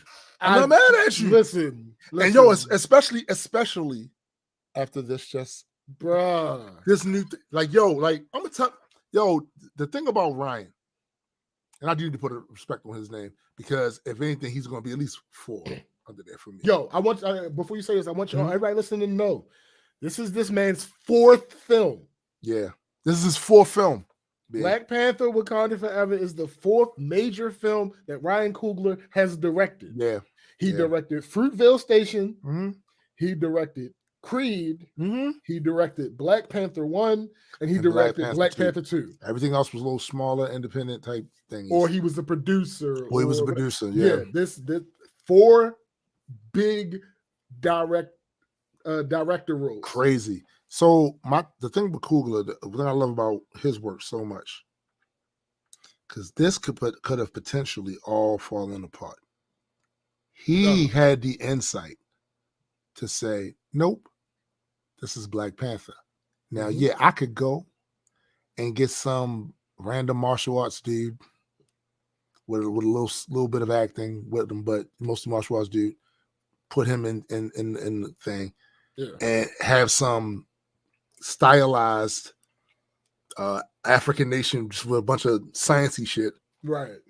Or I could use the budget to go to Africa, talk to linguists, to people that are informed about the culture, to get a sense of the culture, get in tune with the different cultures, to look at the type of dress they wear, their religious concepts, all of these different cultural things. Create a language. And he created an entire fucking language.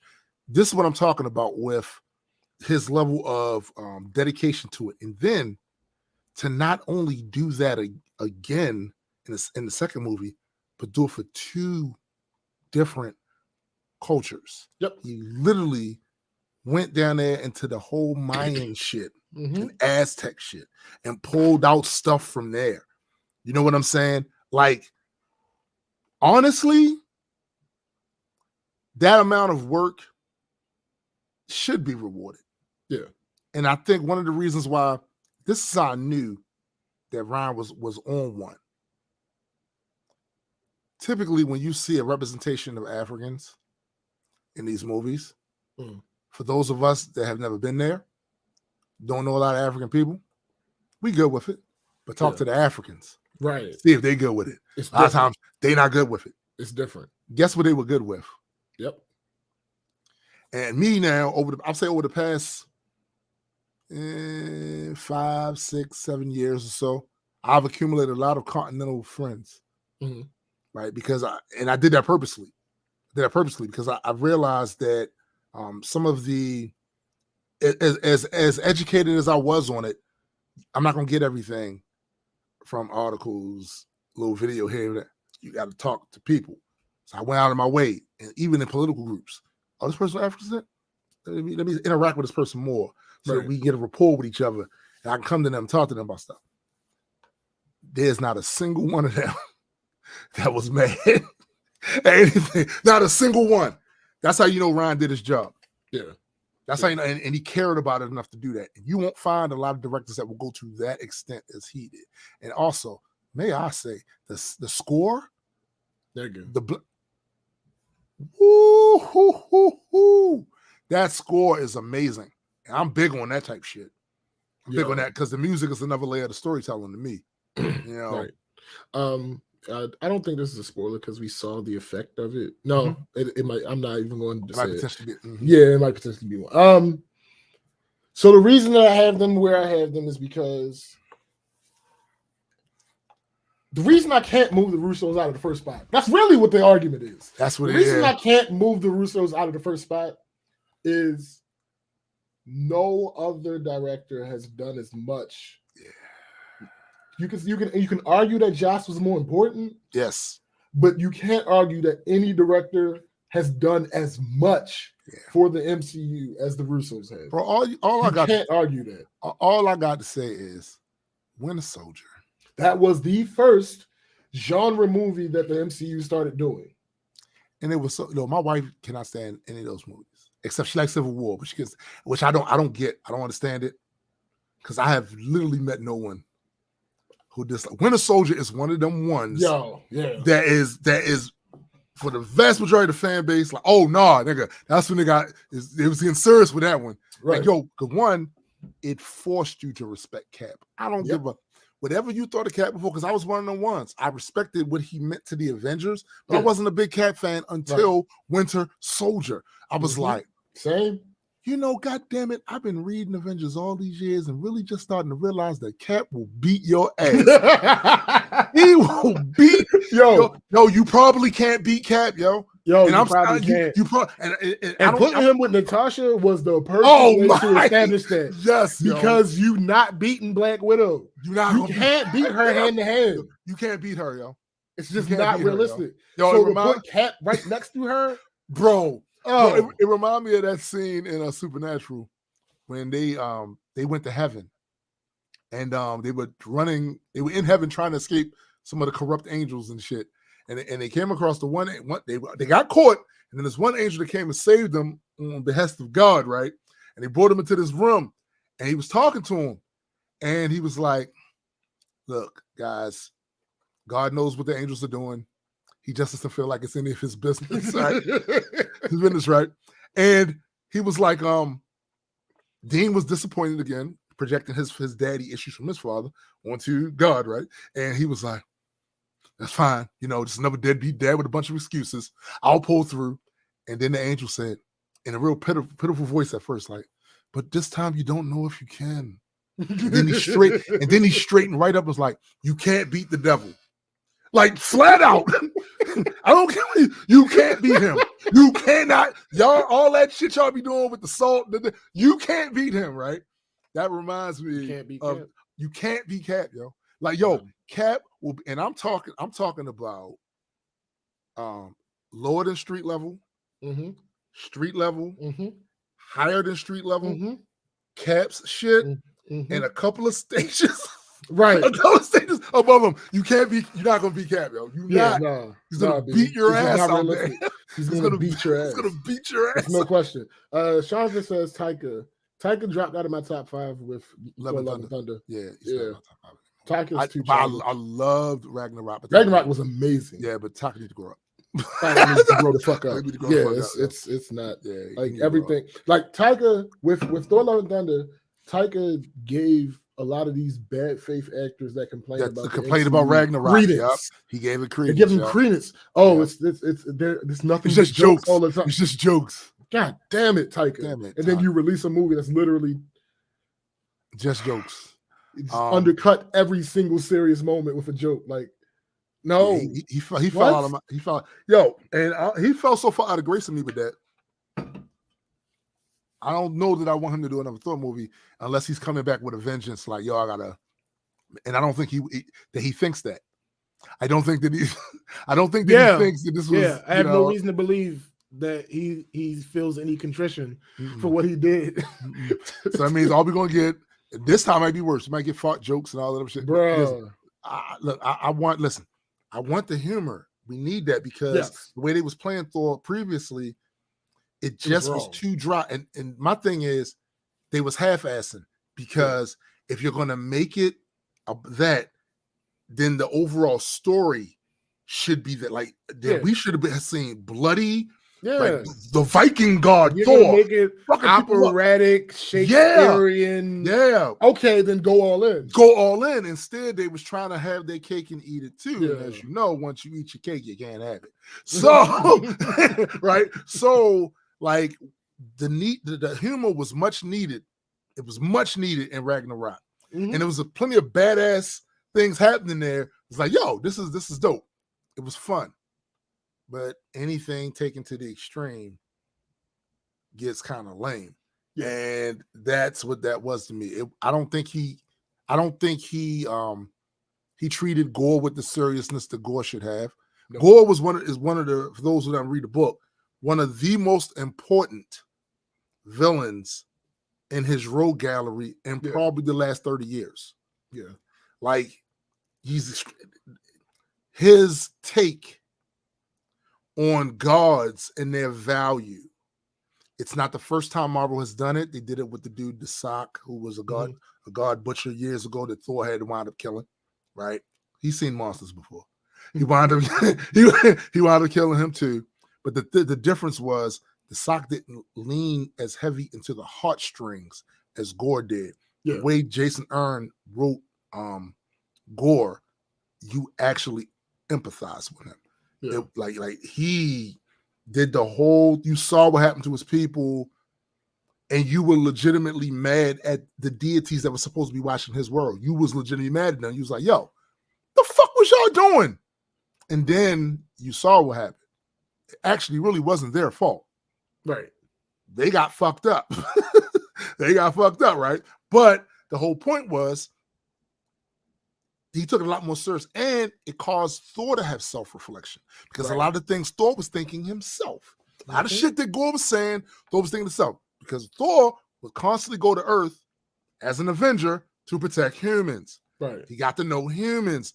A lot of these other gods could care less about actually getting to know humans. So Thor is empathizing with the humans, and when he has these conversations with his fellow gods, they being dismissive about the shit that's happening with humans. They're like, man, them motherfuckers, but they're sick. Yeah, but they're mortal. That's a feature. Right. Like they're like that's a feature of them. Like they was completely dismissive and Thor wasn't. So Thor was thinking these things too. Thor has fought against other gods that were attempting to squash humans. Right. So he's having these whole in the back of his head, and it's something that the other writers never really addressed. That the experience that Thor would have fighting other gods on behalf of humans, seeing how fucked up they were, talking to his loved ones and family members who are also very dismissive of the mortals, to have a mortal come along, get a godlike power, and pass judgment on mortals, and on immortals, and say the gods don't care. And he had enough evidence on his side to make Thor question. Yeah, the gods don't, and it's something Thor. He effectively had enough evidence on his side to make Thor unworthy. Yeah, facts. He had enough to be for somebody else, a third party, to come in and say, "Hey, Gore was right. Damn, I can't lift my hammer now. Damn, I was thinking that too, but now that you done said it, like a vest, I can't lift this shit no more. My father is an asshole. It's an asshole. You know what I'm saying? Like, again, he was an important character, important for as far as in and of itself, and for Thor's development as a character. Right. And I don't feel like Taika took that character seriously enough to make him seem like a threat. Because I'm gonna be honest with you, at no point in that movie did I think Thor was going to die. Even though there were parts where Thor got the best of him, I still never thought that Thor was going to die. And I just didn't. And I had an argument with an influencer on YouTube. Yeah, fairly nice size channel. In his live stream before this movie came out, he said they're gonna kill Thor off and replace him with Jane because MCU is too woke. Oh, and this was some black dude. I know what you was thinking because no, black dude, but a lot of them think that same stuff, right? And I said to him, I said, "Yo, they're not killing Thor. Chris Hemsworth is not dying. You're bugging." Yeah. He said it's totally gonna happen. So movie comes out. Spin the block. You know, I went right back to that channel, and I did not do it on some pre-recorded video. Okay. I did it on a live stream. Got you. I say, yo. Whoa. Round 1, Tim, it's on you. So he said they was gonna kill the. So apparently you ain't know what the fuck you was talking about, and apparently you should probably stick to video game reviews and playing. Just because you play Marvel's Avengers doesn't mean you know anything about them for real, or what the MCU was going to do. They signed Chris for a lot of other extra years, and on top of that, one of the reasons they need him because he's one of the few legacy characters that is around. So when they do the big thing, they want to have some legacy characters involved in the big shit, right? You know what I'm saying? So again, you don't know what the fuck you're talking about, and stick to talking about the games, how to build up your characters and shit like that. But this movie shit is a little bit outside your purview right there, and you destroy your credibility with your audience. Okay. Like, wait. I'm sorry, I got one more ball. Leave him alone. Leave him alone. 3-0. And the reason why I say it's a 3-0, he did not respond. Oh, of course he didn't. Come on now. So you choked. Yeah. Why would that final round? You choked. Why would I admit that I was wrong? As long as you know that I know that you know. That's all. That's all I needed. I'm good. But I think that's it for the show. Yeah. TLDR, Black Panther 2 was an amazing movie. It was an amazing movie. I enjoyed it immensely. It inspired me and my family. All the whole family went out to see that shit, and I was not disappointed. I ain't had to go home with like, damn man, if you dropped the ball. Nah. Everybody vastly different leaving this movie than I did leaving Thor: Love and Thunder. Facts, same. I felt elated, energized, refreshed. So looking forward to what's looking coming. Forward to it. So shout out to Ryan Coogler, an amazing film. Shout out to Angela Bassett for putting that. And begrudgingly shout out to Letitia Wright because there was some scenes in there where she killed it. Yeah, she killed it. Shout out to Denai. Shout out to Lupita. I am a civilian. Nigga. Why was Lupita looking like lunch? But anyway. Listen, Nick, no, we're not doing it. But shout out to hold up, let me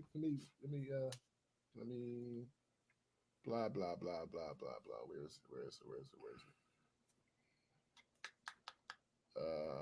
Agreed, Jonathan. They probably will. Shout out to Tanakh Huerta. Yes. We didn't really mention this, but Namor. My God, yo. Okay. So before we got to give him something. We got to give him something. Yo, when I speak of capturing the essence of Namor, Bruh. He did that. Let me tell y'all something. One of the dumb bum roach ass arguments I heard before this movie is when they saw this dude being cast as it. I heard somebody go, but he's not buff. And I said, my God, your children. Your children. Wait, hold on. First of all, in the history of the MCU, when have you ever seen an actor or actress not get in shape to fit the role? Come on, bro. Ever. We talking about Chris Pratt? We talking about how big he was? We talking about Chris Evans? Cool now. I can't remember his last name, but the Indian guy that was in. Yeah. Now, to be fair, the black guy that was in Eternals, he was still a little rotund. Yeah, he's a little rotund. Yeah, but that's fine. That's fine. But right, everybody that we know is supposed to be a character who is buff. They got buff. They got buff. It's that simple. Chris Hemsworth is ridiculous in Love and Thunder. Come on now. In Love and Thunder, if he cut his blonde hair, painted green, paint himself green, the Incredible Hulk will return after these messages. He was ridiculously big. Huge. Ridiculously big. But no, bro, when I talk about capturing Namor, inflections in voice, bro, attitude, tone, the weight, personality, the weight of what this is Namor. And let me tell you something. For those of you that don't know about the Submariner is not a beast. He's not somebody that you would not put in the same category as them beast characters. Right. He will beat your ass. Now, yes, there are characters that outclass him, and especially in the last decade or so, we saw Thanos humiliate him. But that's fucking Thanos. Yeah, come on. All right, like come on now, we're not doing that. But let me tell you, in the last decade or so, they have boosted Namor even further because there is literally scenes in the books where X-Men, Namor is not flooded.